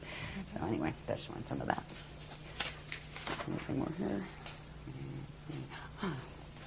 Yes, this just gives an idea of how this, when you put the probability, the Hara bodies, right, that form the probability sets. And if you see, look in here, we had a whole bunch of these, and bless Willa, her and Bob typeset them all the little numbers, so you know which lines, because this becomes important. We actually use drum codes to bring in very specific frequencies by using the numerical coordinates that go with the specific systems we're trying to bring the energy in from to bounce out the ones from the black hole systems that are coming in. I mean, it's quite sophisticated, the technologies they're showing us to use. Oh, okay. We're all learning how to beat on drums, right? You can't beat on it, stomp on the ground, right? You're an energy system. Stomp, get the vibration in. But this is showing us the same thing that we were looking at before, where it shows the, you got the Arista map, right? And we're over here. But now it's showing the probability systems that we're in. So where our little Cathara grid is, there's actually every one of these has a system that looks just like this, but a smaller one, right? And then every one of these inside of that has that. So you have all of these probability systems on each level. And you have what, at a certain point, you'll see there ones that are the metagalactic level. And the metagalactic level is where we're having issues with the parallel metagalaxy that goes down into the galaxy, and the black holes link in the center. And that's where, on our parallel, what's called our parallel Veka, we are in Veka 5, and they are in Veka 2. That would be our parallel. They're at 90 degrees. They're actually pulling, pulling our system in. So this is just another way of looking at it, but showing not just the bones, but also showing the many, many layers, the wheels within wheels, the spheres within spheres. And these are all probability fields that interact with each other and pass through each other. So there are gate systems between all of these organic ones, and now there's wormholes that don't belong there too. So it's a really big story. No doubt about it. Right? Sometimes I just go, yeah. This is just a simple one after you saw just a little bit. And like, these are very detailed. Like we tend to, I think everybody carries little magnifying glasses around with them at this point for any of the chart facts that come out at workshops. Because all of these are actually numbers that mean something and words that mean something, right? But you usually need like, micro lens to read it. But this is showing a close-up of the section of that map that we just saw that corresponds to our galaxy. And it's showing how these can be translated. These locations can be translated into, like, where is the Milky Way core, okay? If we go and find Milky Way, this is something like in the science books, right? The local group of galaxies. We got the Milky Way here, we got M31 up here, right? These are those two that used to be together. This is what science already knows by, studying space in the way they study it. The core of Milky Way, they already know, has a black hole in the center of it. The core of Milky Way's black hole would be right here. M31 is right here, and we're in this twisted down offset here in these spheres. So you can literally find us in the maps. And this is how the Adashi masters, they will not use words like time lords and that kind of stuff. They hate that power thing because it's a twist on power. The Lord concept where, Lord and Master, so above. They really just don't come from there. They are adepts. They are adept at what they do. Yes, they have achieved Christ's star ascension. But anyway, they use these. These are their coordinate maps. And you know how they use them? Once you get to the point where you ascend, you simply visualize it. It runs the encryption through your field, bang, zoom, you're gone, you're there. Speed of thought. And that's what So there's a purpose is behind showing this, in other words, such that the individuals that see it can then begin to internalize the maps themselves Yes. and then start, because It there's will going help. to be... It will bring back their own ancient awareness Activating of their these memories. things. Yes, that's Yeah. why the Guardians wanted to be able to show. Okay. That's why we use tons of graphs every time we have a workshop. Okay. Yeah, but it helps. I mean, if you can read them forever and kind of go, oh, okay, I kind of get that. We tell people, don't worry about it. Just watch the sequence, and often it is the sequence. Because they'll show this graph, then they'll show this, and they create a wave, an activation wave. That if you have the codes that correspond to this, and if you don't, it won't affect you at all. You say, oh, whatever, right? But you will start to. It will help you wake up to to the ancient knowledge if you Okay, carry and it. is there a correspondence in some of the crop circles? Yes, to both sides. Yeah. Yeah. Some of them are very not friendly, and some of them are.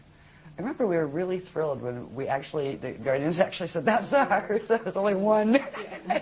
There was one. It was a number of years ago, but we actually have a picture of it on one of the covers of our Templar manual thing. Yeah. Where is that? Milk Hill on that one? Yeah. There in England.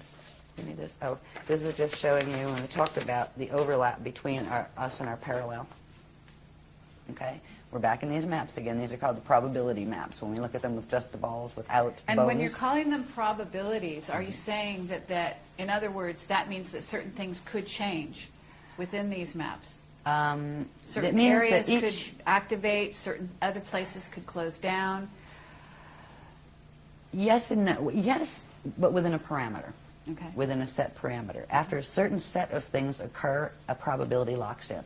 Okay. And then whatever's in that probability must follow through to whatever the natural next point is. Okay. And that's what we've been stuck in. We've actually been stuck in this probability system on Earth for ages now, for many And what you're 100,000 saying years is the longer than we should probability have. system here locked in, and that's why they're doing a 200-year evac, as you call it. The probability locked in when the solar core closed, the sun is dying. All right, and that is going to start at some point create, red pulse, which is a vapor wave that takes out any life on the planet. And when that event happened, that is something that you can't go backward from. All right, so you are locked into that probability, and then there are various versions of what you might see, but certain things are going to happen, period. And you can't change them no matter how much you push out and visualize it, right? Or no matter how many people you get together to do a world peace meditation, right? Because we try to do those too, right, to help the grids. Yeah, so we did lock into that probability, and when the solar gate things happened. The fact is, I'd in our also system, like to talk about why or how that happened, that the sun did end up in that place, locked in. But we don't need to digress right here, but just for It'll future. probably get me in trouble if I answer that one fully. But don't I always anyway? There's a group of, there are a bunch of different, it's not just Zetas we're talking about. The Zetas are the little guys on the block. Don't even worry about them at this point. There's a group called the Thetans, and they also run a very popular movement on the planet. And there's another group called the Borgia. They are from the parallel Akasha, part of the black hole system. They have been trying to get control of the grids here. Everybody's fighting over the Death Star Merkaba, because it's here and it can be activated. So you're And now there's a saying bunch of these- systems that are fighting over this, right? Well, they actually tried to activate what's called the Mica Mecha complex. The Mica Mecha complex is a set. Mica is on parallel Earth, and the Mecha complex is here, and it is a set of wormholes that connect in through the Thetan grids. There's like certain implants here that the Thetans put in. So they actually tried to blast through to activate that and take it away from the other groups, FA groups, who were actually activating it. And it overloaded the solar core, and that creates a spasm. And when a prana seed spasms, it locks. And when it locks, it cuts the connection to the natural breathing that would happen between it and its dark matter template. And that is when Bardo starts. And the sun entered its Bardo cycle when that occurred. And it was grid wars. If you want to chalk it up to one thing, grid wars, again. This is stuff that is happening not because nature had it happen or God had it happen. No, this is because people are acting like crazies in this universe. You know, they are. They're just like so far gone in the don't get it anymore that, we all came from the same place, that we're supposed to work together peacefully, and you know, this crew just doesn't get it. The ones dealing with these particular Okay, but are you mechanics. talking about, when you say Thetans and other groups, are you talking about off-planet beings that have come here, that are here? Maybe, are they physically incarnating? Yeah. Are they taking over bodies, that sort of thing? Yes, those two. Yeah. And then also, what about the ships that we've been seeing near the sun? What are they trying to do? Depends on which ones they are. I think you Okay. have various ones up there. Okay. But I is just got there- ours aren't up there. I mean- You just said, our Guardian said they're not theirs. Okay, Right? but if they're there, in other words, if the sun is basically locked into this, then what would be the purpose of having ships there at this time? Okay, and it's got 2012, 2012, 2012. There's an alignment that's occurring in 2012 that has to do with the solar core. And whether or not its Pranaseed is working, the alignment occurs. It doesn't involve the Rasha body or the dark matter template. They just said it has to do with 2012. I wonder if this has to do with what this workshop's about. See, every workshop they reveal another level of something, and this time they're revealing stuff about what they're calling the ancient arrow sites, the 12 plus 24 ancient arrow sites that the Guardians are activating this weekend. Okay. Yeah. Well, We'll know about it Monday. that brings us into the wing mech material, and we want to address that as well at some point. That's a better point after Monday, because that's what they're going to talk about in this workshop. Okay, well, there's a and I didn't know. synchronicity there. They haven't mentioned it since Voyagers was written. Mm-hmm. And, I was just like, looked at some of the pictures, felt the encryption, going, oh boy, it's that stuff. Okay, pretty, but, right? No, thank you. Some of it's all right, but some of it has that twist to it. But all of a sudden, I mean, what is the name of it? I don't have the thing here. It was a really funny title. No. They called the workshop the what is it? The makers of wings and other things. Yeah. Okay. Yeah, and it's not just about that. And it's not the people that are involved with the wing makers site. These people are well-meaning people, and it's fascinating. They're trying to figure out what it is. Sure. But it's the particular group of the ETs that they're dealing with. These are a group of Nephilim. All right, they're called the Cortium, and they are part what is called the Necromaton Andrami hybrid with Jehovian Anunnaki. All right, the Necromaton Andrami are known as the Beetle people. All right, they had a lot to do with ancient Egypt and stuff. Yeah, and scarab worship and things, because their home form looks like that. Anyway, stop. Okay, I just got anyways. Okay. Talk about wing makers later. Okay. Okay. But I don't want to offend any of the wing makers people. I'm sure they mean well.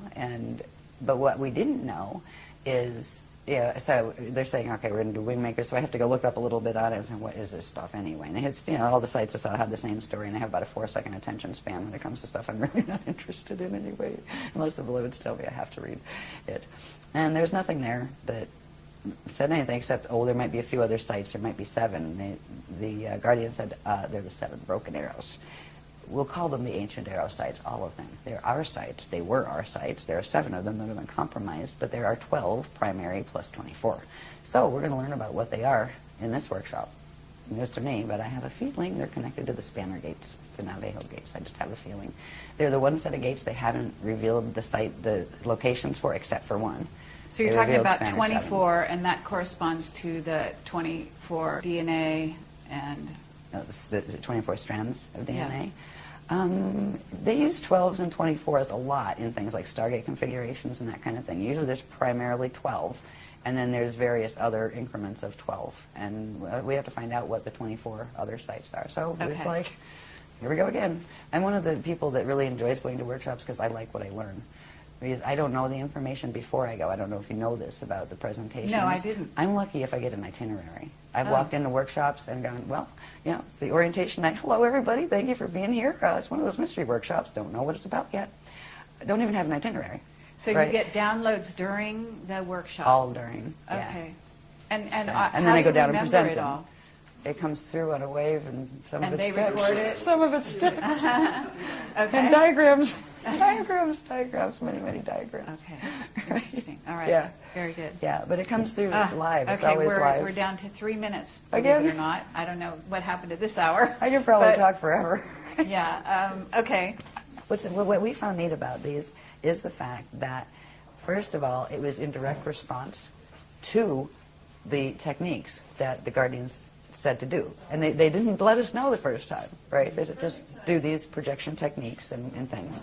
And it was a big surprise, right? And then they told us the calling, how to actually call them, and they showed up again. And they are the intricate ones and that kind of stuff. But it wasn't just like one person with a camera. This was like a whole bunch of different people, some of them the first time at a workshop, you know, saying, do I want to go to workshops or not, you know, getting orb pictures. And it was just like one of those little gifts, you know, from the universe kind of thing. You go, cool, we got orbs. We never looked for orbs. They found us. But now it's becoming important because we're learning a lot more about the orbs and what it means in relation to what needs to be done for 2012. Okay. You know, the teaching is how to become orb whisperers, as they say. And it's hilarious because, like, when we're doing the dancing and drumming circles, you'll see how people be like, you know, dancing and stuff, and there'll be orbs like dancing up on their fingers and That's stuff. lovely. Yeah. This diagram was it's a close-up of a certain section of the maps that we showed you before that plug into the, you know, pictures that science draws of the galaxy and that kind of thing. It's showing our Milky Way system and the M31 that we're a part of in our probability set in our VECA. And over here is the parallel VECA. And over in this parallel VECA, there is a cluster of fall systems. That is the black hole system called the alpha black hole system. They've created, as you can see, these probability fields, these balls within balls, overlap each other, right? And in part of their natural configuration, that there is an overlap between them.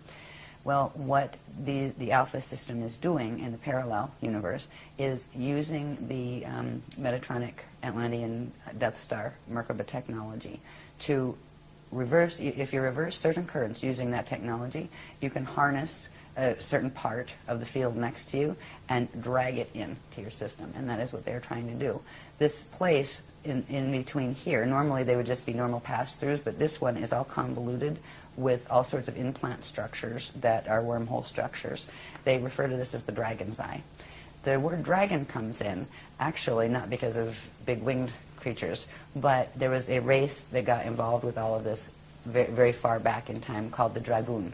And the Dragoon races took sides over which sides of the fallen ones they were going to side with, and the Dragoon races ended up with some of theirs fallen, trying to help the others, and then you ended up with ones that wanted them all exterminated, ones that wanted just the one side exterminated, ones that just wanted the other. So the dragon races are actually the Dragoon race line. It is a reptilian-based race line, reptilian crossed with what are called equerry. And equerry are a group of the ones that originally were called aquery before they fell. The aquery are from the Aquarian matrix that are the hosters, the ones that are helping here. Some of them incarnated into the falling matrices to try to assist, and a group of them had, this is ancient, way like, you know, a couple billion years ago, they got ensnared in one of the fallen angelic dramas, and they ended up falling, meaning they ended up in a fall system and they lost their ascension codes. And the distinction with them is they became the equerry, where they use the E instead of the A on the front. And do they have a memory? Will they have a memory of when they weren't fallen? It depends on the fall, honestly. It depends on, because the blank slate technology, when this thing does its whole thing, it just completely wipes you clean, where you don't remember anything. You wake up and it's like, yeah, just born here. What am I? Who am I? Where am I? That kind of thing. There are, because that happens when the transition of that fall occurs, because there is a final point of transition when the Death Star Merkaba activates and literally rips you apart and drags you into another field and then kind of assembles you in a facsimile on the other side. There are almost like time capsules that they leave for themselves, so they can refine the memory, and when you refine it and discover it somewhere else, it puts that memory back in. So they will get a facsimile of the memory that, you know, that they would have had otherwise. But the fall codes, once the Metatronic activations in a body have taken place to where those Merkaba fields have activated to a 55 spin or higher, 55 or higher, there's no turning back for the gene code at that point. The consciousness is trapped in that body, and the only way out is a hosted bardo, which means when the body does its natural death thing, it would need help, the consciousness, just getting out of that body, and it would have to go through a rehabilitation process of that Kali Rama path of step back. and have to come back out and reincarnate into the matrix again to, to try to get back into the ascension thing. So. Okay, and I'm also going to ask you at some point about what are beings that are like artificial intelligence, but they are not, they don't incarnate. They're, in essence, clones without souls, without, you understand where I'm going with that? I think so. So where, because we understand that the dark side is using a lot of those, and actually, sorry to bring this up, but the Wingmaker material talks specifically about a race of, in essence, they call them robots, which are, you could be calling them androids, whatever, that are actually, according to that material, we're on the way here. So, at some point, I'd like to address where those They're beings, already here, first of all. Okay. Go ahead. If you had to pick between the two, the Cortium and those guys, yes, you'd probably want to pick those guys, not the Cortium. Okay. Both of them, like, one's as bad as the other as far as their intentions and what they're up to. But yes, there are a lot of different races who have gone in that direction in an attempt to preserve their finite lifespans, where they started with transferring consciousness from an old and dying body into a new cloned body, cloned off their own, like, just make another copy. But the copies get weirder and changed every time, just like a photocopy or copy, a copy of a copy of a copy, and eventually it's like, what is that? Right. Well, there are races like that. Some of them are already here. As far as invading, I think they're watching too much Caprica. But, yeah, seriously. Because in the beginning, that's how it started, before the Galactica series. That's actually something that is, they're showing some of this drama in those series on TV. But as far as, we've not been, our team has not been warned about anything like that, as far as worrying about that being a problem. Okay. It's like, if it is, it's small compared to the rest of the things that are on the plate right now. Okay. Because it's not going to matter much if anybody invades if it rolls in 2012, right, the planet, right? It's not going to matter much then, because that would wipe out life here. It's not going to roll, though. Right. It would have if the intervention wasn't given, like pole tilt roll. I understand. Okay, so, and we can also talk about that. We can talk about, in other words, what was planned in terms of, are you talking about a pole reversal? Are you talking about a pole shift in which the planet itself would roll? Crust spin. I'm sorry? Crust spin. Crust spin, yeah. And that was planned for 2012, apparently. And you're saying it's been stopped? Postponed. Postponed, yeah, until 2027, is it? 22s? No, that's 2230. 2230, yeah. Okay. And then what's going to happen instead? We'll talk about that when we get through these pictures, because these pictures will help understand what we're walking into in the first place, or what we're walking around on in the first place. And once we, once we can understand that, then we can talk about, okay, what do you do about that? Especially when they're going to try to activate it and, make all of this stuff happen in 2012. There are certain things. I mean, we have really strange titles to some of our workshops. We've got Mirror in the Sky. We've got Orb Fest area. I mean, but they all mean something. There are very specialized grid dynamics that we are being taught, so we can anchor the frequencies here of the things that are actually creating buffer fields for some of this. And it's actually the fields that we're helping the Guardians to anchor. And they'd be able to anchor it alone if they were here, but you need an anchoring rod. And that's what our shield, we call it a shield, the group shield, anchors here the frequencies they send in, and they're actually giving a counter pull, so their 55 activation on the Merkaba can't go all the way in 2012. Because if it did, it would spin something called the planetary rods, and we'll see what they are in a little bit. We have a rod and a staff. Actually, we have two rods and a staff on the planet, and they are key energetic configurations that have to do with vortices and things like that. Okay. And they have made by moving the rods before, they have, well, they moved it from like Pangea to whatever the next stage was to the next stage. It breaks the crust, and it shifts it depending on what ways you pull the rods. And you have extinctions and things happen on the surface when they do that. They're planning to move the rods again in 2012, and we're not the little people on the ground. We're just helping the Guardians to anchor it, but the Guardians are going to stop that temporarily. They can't prevent it, but they can hold it off long enough to when the gates close. When the gates close, they have to pull their energy out. When they pull their energy out, that Merkaba is going to activate. You know, the Metatronic Merkaba the Death Star will activate on this planet, or what's left of the planet by then. So that's why evacuation Okay, can and be a good that thing. is sparking more questions, but I'm going to let you go on. Okay. Right. Okay, anyway, so that was the dragons. I just wanted to show you about that. That's in between our universe, which is really they call it the metagalaxy.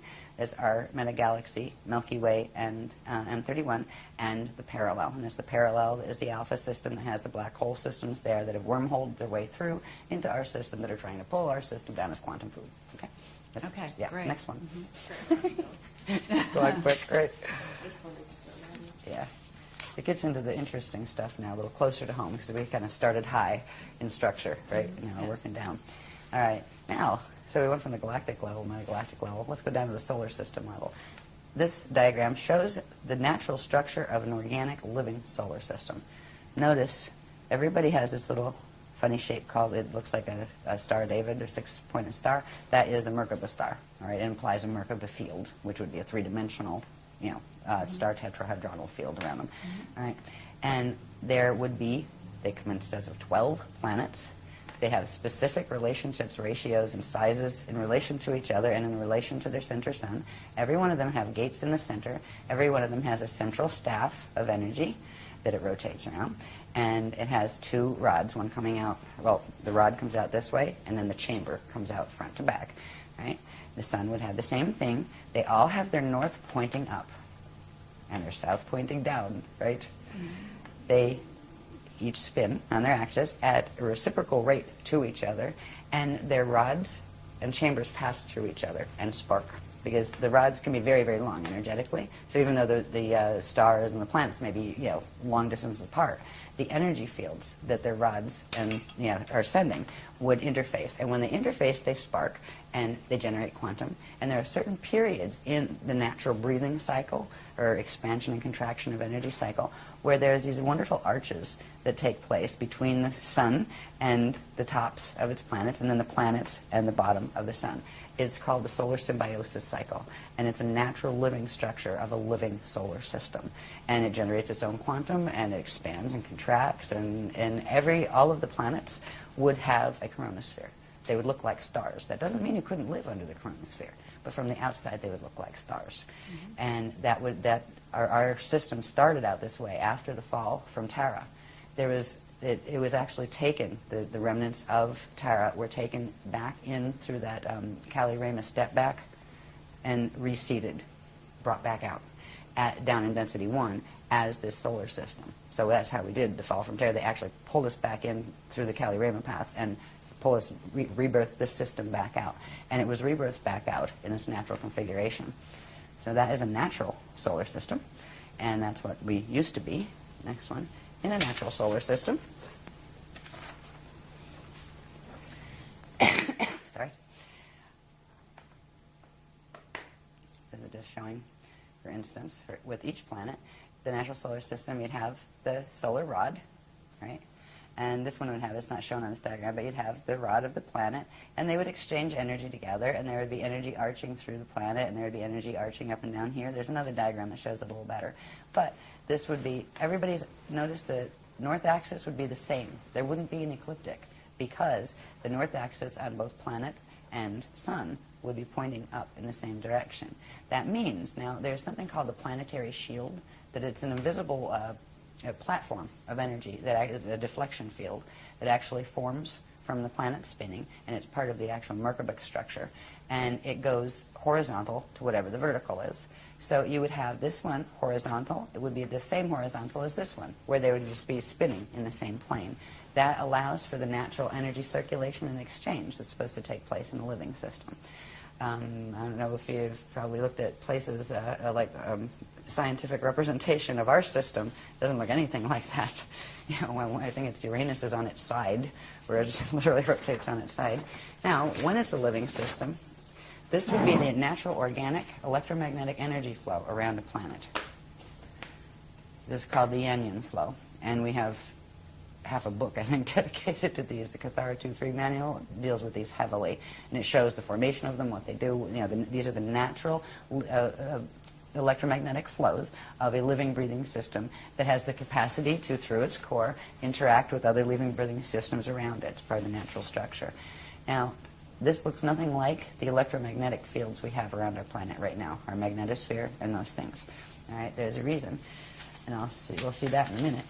When a planet's doing what it's supposed to and a solar system is doing what it's supposed to, it goes through periods where it actually, the whole system will disappear because the two Hara bodies that its vector is, you know, or it's manifesting within, will pull into the center, recharge, and come back out again. When they recharge, the planets and the whole solar system will go into this configuration of light body, spirit body structure. It's called the chariot of fire. And it's literally part of the ascension vehicle. It's not the whole thing, but that's showing some of the dynamics involved in it. Now, we used to be an ascension system. Notice in the chariot of fire, there is that Merkaba structure again. Now, this is just a simple Merkaba structure. It's a biveka, which means it has one cone going down and one cone coming up. There's much more complex structures. But this would be the natural kind of thing that if this was a living, breathing system, and same with the galaxy would have the same type of interaction. The galaxy does not have its galactic plane is tilted. Things are tilted all over the place in the galactic plane, and our solar system is in the same position. The natural ones have these configurations. The flat plane, the solar symbiosis arches, with the breathing between them, the ability to go into chariot of fire state. This little diagram here that's on the Cathara grid shape, right, that core template shape, it has, at 45 degrees, it has two of its petals. We call this the lotus. Right? These are lotus flows, the core flows, and they allow for actually movement of, on these flows, you have a series of spheres, actually, and it allows for the movement of the spheres, so they spark, they generate quantum, and then they open up again. So it's a self-generating system. It's a perpetual motion, continually living system. All right, here, again, are the Yanyan flows, the natural ones, the natural Merkabic structure with a straight shield, deflection shield, and natural Merkaba. So that's what it's supposed to look like. And let's go back to the solar system level. This is a bit messy because I never had this one typeset, but at the moment, this is our solar system.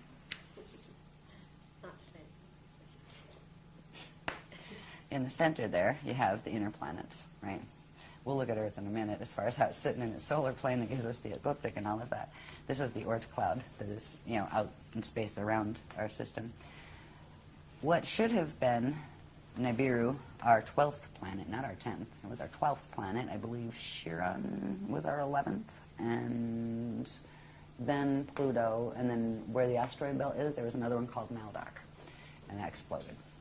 So this is a mess. This solar plane is twisted here where you have Pluto's orbit, right? That's already going wacky out this way. Then you have Nibiru that actually comes in, I forget, I have the date somewhere, every 3,000, 3,600, something like that, years. On the other end of it, there is another, it's an artificial body that was actually created by squashing together fragments of planetoids and things, and partially pieces of the moon as well. This one is called Wormwood, and it was meant to counterbalance the orbit of this, and they go in and out of the density 2, I think, Sirius system. And I think that's where they said it was. I have it written down. I haven't done the Nibiru stuff in a long time. But it's literally a cycling machine that was their watchtowers here. And it wasn't just so they could come in and watch us every 3,000 years or, see new information. It was to counterbalance this one. On this one, we have over here, what is the names on here? I haven't looked at these names. The Maitreya moon. And up here, I believe, was the Clarion. These were other bodies taken from elsewhere to create this. They literally created this. These are beings that are moving planets. They're moving stars. We're worried about little grays? Seriously. I mean, at this point, whatever, go ahead and abduct me. Jeez, you'll be sorry. I'll fight back this time. No, I'm just kidding. But anyway, the thought of the scale of what is going on here, this is not natural. We don't see this one yet. It was due to come back in, actually, not Nibiru. Nibiru is not due for, I forget, it's like a couple thousand years still. But Wormwood was going to be coming back in. Fortunately, Wormwood in 2003 became Wormwoods because it was shattered. It was going into the orbit of parallel Earth at the time, because parallel Earth is connected in here, the orbits of that, we'll see later in other stuff. But it was at least shattered, but it is still a massive asteroid belt, or not belt, but mess. And it still potentially can come back in. If it does, it creates total havoc when it comes in. These orbits come in, I believe it's between Mars and Jupiter, I think is where they pass up. And it causes a bit of havoc on the system. When full rip is allowed, where they come in at a certain level of density, because there's a way they play with the dimensions here where they can bring them in without totally tipping the system, without, you know, totally wiping out the solar system. That's why they've been able to do this cycle before. But when the full gates are open and they allow this in a stellar activation cycle where they're activating the 55 Merkaba, it will actually, these will be used to flip the whole plane and drag it in. And that's, they're literally, I don't know what kind of game you would call this, but they're literally using very advanced physics. So are you saying that they're all artificial bodies? Are you saying that Nibiru or No, Wormwood, that was one of the natural planets, or that was stars natural. from this, yeah. Okay, One what about Earth. Wormwood? No, that was created. I think part of it were pieces of the moon and something else. I remember they told us about that a while ago. The moon is not a normal body either. That's artificially created Yes. as well. And because it keeps certain things at certain spin rates that they have to keep in order to keep the vortex connections to the wormholes. And that's why this whole thing is done. That's why our solar system is such a mess, because they were creating wormholes. Okay, what about a brown dwarf? Is there a brown dwarf in there? Possibly. I know there's white dwarfs, like Sirius B. Brown dwarf. It's possible. I would have to ask them. Okay, so the other axis that you've got there are two other planetary bodies. Yeah. What are they called? This one they call the Maitreya moon. Okay. And it was like a long time ago, a number of years ago, that they gave this particular information. So it's probably somewhere back, either like in the writings or on the videos, where they explain, you know, what is Maitreya, you know, where'd that come from? Because some of this stuff they actually dragged in from the parallel system, to, you know, to counterbalance it. Clarion, this one up here, was related to, I think it was a piece of the other one that's, what was that? There's Clarion and there's the other one that was a normal part of here, Chiron. All right, so you have Clarion up here that I think was a piece of Chiron. Chiron used to be one of the normal ones, and I think it was, you had Nibiru, Chiron, it was 11. Chiron used to be 11. But what's called Chiron now got stuffed down in here. Part of it got broken off, became the Clarion thing that they're using up here. And you have one of these controlled by the WZNIESIENIA black hole system, which was the WZNIESIENIA matrix that I had pointed out on those maps. You have WZNIESIENIA and WZNIESIENIA, and they don't like each other. They're fighting. You have the Anunnaki and the Omicron Draconians. They don't like each other, and they're both fighting. And then you have WZNIESIENIA that like the Draconians, and you have the WZNIESIENIA that like the Anunnaki. I mean, it's hilarious. It's sad. It's really just sad. But there are a whole bunch of groups on each side of this polarity drama. Then you have the Christians sitting in the middle going, oh boy, you know? Like, we're not fighting with anybody, but what do you do when everybody's hell-bent on destroying each other? Because that's what's been happening down here for eons. So anyway, this is what our solar system looks like up here. This artificial, it's like a wobbling orbit. It's not just our planet that wobbles. There's actually a wobble created in the solar plane itself. It's actually taken the solar plane where it doesn't sit flat in the galactic plane anymore. I think it's around a 45-degree tilt to the, galactic plane. And it also created this thing here that through the core, and especially in the closer to the core planets like Earth and the Sun, it has harnessed how fast things spin, which means it's harnessed the time pulse. So through this device, they have been able to progressively get control over how fast things spin, so they can synchronize the spins of things over here with the things that they're trying to merge them with on the parallel side. It's a bizarre and fascinating and horrifically morbid technology, that star technology. Now, what that creates on a planetary level, when we look at our poor little Earth sitting in the middle of this, and it's not just that this has happened on the solar level. They've also put the same type of mechanisms in the planetary core and in the Stargate systems here to create the same effect, to plug our planet into that whole system. They've done it on the other planets too, the ones that don't have anything that has its axis that's not tilted the same as the Sun. is either in its normal place and the sun got tilted, which is part of the case here, or it's not in its right place, because they should all be sitting on a natural, vertical and horizontal plane with each other. This is what we have right now. And like the science tells us this is normal and this is natural. Wow, our planet's tilted about 23.5 degrees and it does this cycle called the precession of the equinoxes. And, we've got the ecliptic shield, that cuts through. The sun's shield is here and ours, comes here. This is totally twisted. Our planet is tilted. This messes up its entire system. It's not just tilted. This one here shows at least a relatively normal-looking cathara grid inside. There's a whole set of unsacred, not sacred geometries that go with the Death Star Merkaba stuff. It has to do with the shapes of the flows, where before we had I talked about those, the arms that, the petals that stood out like this, and they're at 45-degree angles, and they phase and spark and generate quantum, right? There's another one that has them pulled down like this, where they look much more like a flower. We call it the daisy of death, or the bloom of doom, but they're phase locked, where they can't phase, and that means it can't generate quantum. It means it's a planet that is dying because it can't breathe. And that's one of the things, and it constricts the cathara grid at the center into something. I think we have one that shows that. What that also does is create a bulge at the equator where it squashes the natural spherical shape down. Hello to Earth. Is there also a correlation with the cross? In other words, the actual symbol of the cross reflecting what is in essence this frozen inability to... Yes, yes, and even more. That has to do with the mutation of natural Shalaya light units into forcing them into the Vesica Pisces dead light unit configuration, the sign of the cross. Yeah. The original cross has perfectly equal, it's called the ruche, and it has perfectly equal. I think the Celtic cross is the closest you get these days as far as symbology. And it fits inside a circle, in other words, because then it's... Yeah, I don't have mine on. Anybody have one on? It's one of our sacred symbols. So this is, right now, what we have. This is all part of the mechanics of the Death Star Merkaba technologies.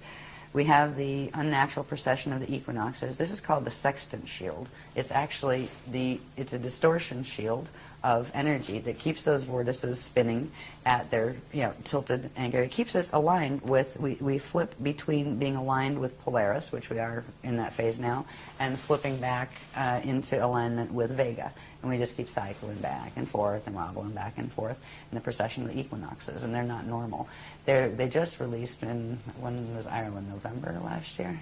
They just released some, October, yeah, they just released some fascinating things about the old pagan rites and stuff, and what this actually has done in its relationship with parallel Earth. This was done for a reason. The cycles of the equinoxes and the solstices have to do with alignments between parallel Earth and here, and between parallel Earth and the center of the Milky Way galaxy, the black hole there.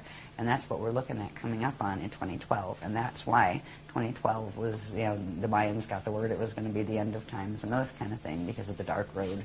Yeah, the dark road, all right. So these things, these configurations that we're seeing, the sextant shield is not the natural clock or shield, the natural spin ratio that you would have for the planet on its axis. They actually have been accelerating time for the last 13,000 years to make it faster so it would catch up with the parallel antiparticle universe so they could merge them. And it means our days have gotten shorter, our spin has gotten faster as far as on the planet and that kind of thing. There's other aspects to this that are created by this technology, and all of these go together, right? Like when you see one, it implies the others. Mm-hmm. This is our poison apple. This is the net field. Okay, now part of the poison apple isn't shown here. I'll show that on this one. But this is literally a containment net. It is a ASHAYANA, which means that made of biveca light units instead of living light units, containment harness. And this is what the Death Star Merkaba actually creates around a planet, a system, or a body. When you work those Merkaba mechanics, this is what you're creating. It's a torsion field that constantly circles energy in on itself, but does not have a connection to anything outside of itself, except of what it can feed off at its center from its core. And this is, there are 3 levels of this that actually move in Earth's atmosphere, and they can literally control. One of them runs through like the magnetosphere area, and actually there's 3 others down from that, so there's really four major layers of this. It controls, it reminds me of that whole thing, we control the vertical, we control the horizontal. Remember that show that used to sit, I think Outer Limits or something used to say that on TV? Well, it's kind of like, yeah, they pretty much do. All of these net systems are plugged into things like the HARP machine. And I'm sure the Hadron Collider has something to do with activating all of these too. I heard they just had their first good test yesterday or something. Yeah, this week. Good timing. Right. Full activation. Yeah. So these net fields are responsible for literally wiping out the DNA. Science has already figured out that DNA is sensitive to a couple of things. It's sensitive to radiation. That can destroy DNA. It's sensitive to magnetism, electromagnetism. You mess with the magnetic fields, you mess with the DNA. That, just like it's blocking the natural currents and flows that would normally come into the planet, it does the same thing to the biologies on this planet. This is why we have no memory. It's wiped it right out of the DNA. It's actually still in there. It's in junk DNA. It's in pieces. That's what we're working with the technologies that the Guardians have to reassemble. And it does it through controlling the epigenetic overlay, which is the chemical sheath the science is just learning actually triggers how genes will behave in the DNA. Right? So it's a combination of both. But this is why we have no memory of our race memory or any of that. And this is what is holding the mutation in the body. Right now, our own biofields and the biofields of the life forms on the planet carry all of these same mutations. We carry these, we carry the wobbling vortices, we carry the phase-locked bloom of doom in our flows and all of that. And if we are going to ever get out of here while we have time left, where the gates are open, it's amazing the gates are even open or even still usable after all of this, but we need to reverse mutate our bodies. And we have been working for 10 years with that. We've worked through the light body layers. We've worked through the spirit body layers. Now we're into something called the ASHAYANA body layers. That they're kind of, the ASHAYANA body is interesting. It's like a combination between the spirit body and the light body and the atomic body, that once you master that, it allows you to actually do the transfiguration and turn into light. And the first stage of that is called glide, where you learn to bilocate, where you put yourself into orb. And you go elsewhere and bilocate and then come back. But you still have to leave a body here. The second stage is what we're working on now, is called translocation, where you get to the point where you can do a certain level of transfiguration of a certain quantum of your atoms into light temporarily, so you can go visit elsewhere and take your body with you, but you will still be keyed to the space-time imprint or encryption of this planet until a certain other thing happens, right? So that's called a slide 1. The third thing is called slide 2, or span. That's called where you learn how to not just translocate, where you're going to visiting and then come back, but transmigrate, where you actually can be free and you do not have to come back here, you don't have to incarnate back here. That has to do with releasing something called the Vibody cell. That is the donated quantum from the egg and sperm of your parents. That was not your spirit body encryption.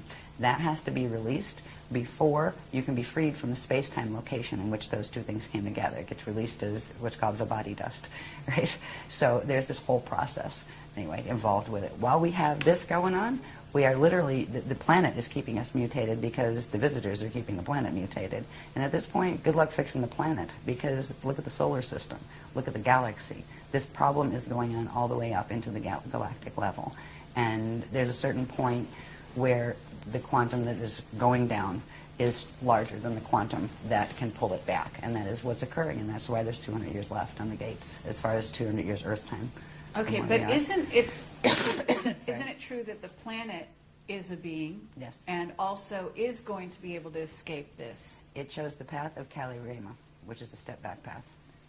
Right? So Instead it's of the going path to of fall. implode and then re-emerge. Yeah. It'll go back into that middle density that happens to be called the edons. Out here, the density, remember when I don't have one really, yeah, I do. On this graph, let me get my stickies out there too. When we have the Hara bodies, right? And we had the core, the inner, the middle, and the outer domains. They each have names. This outer domain area where we are now, where we're experiencing the Kali Yuga, that is called a radon, right? And this one is called an edon. And then this one, the inner one, is called an adon. And the core is called, what is it called? I can't even remember. It's been so long since I taught this. It's the core. Leave it at the core. But anyway, you've got the dons, right? So this is the Garden of Eden, right? It's the step back to where it is innocent and pure. When you do the step back, it clears anything off your encryption that didn't belong there in the first place. And it's literally, they call it passing through the ring of fire in order to get back into the purity, and then you get to come back out again and try again. Or at least you get to try again. But I also have a question, was where is Tara in this equation? Because Okay. All right, well, part of Tara is what we're sitting on. The solar system is part of Tara. The other part of Tara is when we look up in the sky and see Alcyone, the star Alcyone in the Pleiades cluster. All right, that is the remnant of what Tara was. So if you take Alcyone and take the quantum of this solar system here, minus the few bits that they put in that didn't belong here, that weren't from here, and you put all that quantum together, you would have had Tara. Okay, in density 2. But my understanding was there was going to be, that once there's an ascension group that's going to leave here and go to Tara. That was before the Bridgestone project failed. Oh, That failed in 2003.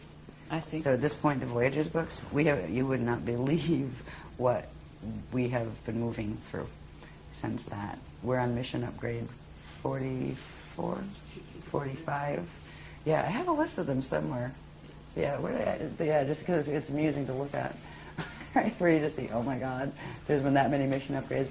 First, there was the attempt to salvage. This is all the stuff they're trying to do before the thing happened with the sun. Once that happened, there's nothing that can be done at that point. But we still have ascension, but it's like the fly by the seat of your pants. Keep these gates open, and you've got 200 years to get anything that's going up out of here. And that's what's happening at this point. So Voyagers was written 10 years ago. Yes. Yeah, yeah. A lot has happened. Okay, so, but okay, my mind's going too many places at once here. But if they're not going to Tara, and maybe you're getting to this, then where are they going? And are they going back to Alcyone or jumping where? Or is that, they're making up their minds? They're going home. There's a few steps to get there. M31. Oh, okay. Andromeda Galaxy. Oh. That's all where right. we're aiming back. But there's a few steps in between. The first Okay. set of steps has to do with something simply called higher Earth. We're in the lower Earth planes. There are a set of planes that are still in predicaments. They're still connected to this mess that we've been looking at. But they're in much better shape. They're not under the net. And that's the first stage, where we go to higher Earth. Then there's a level beyond that that's still part of the Earth plane's quantum that's called median Earth. Then, if we go back to remembering when they were telling us about the history of how they seeded the Amenti rescue mission in and created a solar system, there was a host star here that Amenti Earth had been seeded into, and that was called ASHAYANA. So that will be the next stage. And from ASHAYANA, we'll move through there's another layer that has to do with the level of energy called the Iridanus layer that we don't really have to get into because it gets very complicated as far as different types of energy. But it's another set in between before we get to Eartha in M31. But that is where we're going. And from there, that's where originally the encryption here emerged from. From there, you can go where you want, basically. Mm-hmm. But it's a process of of re-evolving back to where we can do full Christ star evolution on our own, because right now we're being hosted, we're being given frequency to support us in the process until we can hold that frequency ourselves. So Tara was where we were aiming until the Bridgestone project failed. And at this point in this system, since those books were written, there were intergalactic wars that were taking place here that involved what's called the ECA. And the ECA is, if you remember the maps that showed one Cathara grid and then 4 of them together with the thing at the center, right? Mm-hmm. The thing at the center is the ECA. That's a little Cathara grid, and that's like they call it, well, for Earth it would be like the inner Earth would be there and that kind of thing. It wouldn't be in here. It's actually up there. It's like a high level. That actually fell in one of these wars. ECAs can fall. The Akasha above it can't, but the ECA did. But what happened to the beings that were there? They've gone into various places. Some of them are in the state of here. They're doing evac. This whole system, the VECA system, is actually being evacuated. So going vertically, the usual way, wasn't an option anymore. That's why they had to take us from just going into harmonic Merkaba states or harmonic ascension states into transharmonic, where we could actually go through and into the like the Edon domain. There's a space between the radon and the Edon. It's called the Aurora Continuum. You have to have a transharmonic Merkaba ability to be able to go through there and then come back out again someplace else. So that is the technologies they're teaching us, because vertical is not an option anymore unless you want to end up in one of the wormhole sets going on into the fall. So it's been a really rough trip since the books were written, actually. But we're all still standing, and the Guardians are still giving us the information. So I'd rather leave on a happier note, though. Okay. Before we do a break. That's okay. Well, let's keep going. It's not much happier. Okay. As far as the poison apple fields go, this one shows the shape better. You have that net field around it, but see that little shape right there? Looks like an apple. Yes. That's the shape of our magnetic fields, the basic shape of our magnetic fields, even though they There's a flux crop all circle over. that looks like that. Lovely. I'm out of time. Right. This thing here, right? A lot of people are using that as their logo these days. Right. Yeah. And that is the phase-locked Ah. arcs, the can't phase. With the constricted, if you look at you can look at this more closely if you want to. You can see the difference. There's two cathara there. One, the artificial tree of life, which is taking the natural proportions and pulling them in, where it actually squeezes it, and that changes the shape of the sphere and gives you a bulge at the equator, like our planet has, because that is the configuration our planet has in light body right now. interesting. And this is also connected to something called Metatron's cube and something called the Fibonacci spiral. And what is this center bit right there? See In that? this, I'll make a little center bit. Those are dark. the dark, is that a black hole or? No, that is another one of their twisted, we call them Cathara centers, but we know that on our grids these are actually stargates, right? Right, let you take this down into the planet, and that's where you got Stargate connections, right? And these are twisted ones. So these would line up with the stargates that interfaced with the Amenti gates to harness the Amenti gates. So that's just one of them here. But if you look at that, if you look at the teachings that goes with that logo, you'll be amazed to see how it fits and relate when it sits next to what eternal life creation is.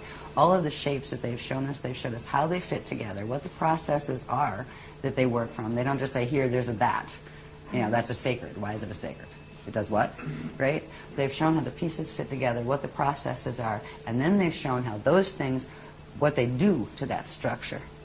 And so, anyway, there's all sorts of pieces that show we've had to do this because this is what is taking down the planet, these dynamics, and people now practicing them again, just like in Atlantis. It's like Atlantis rising again.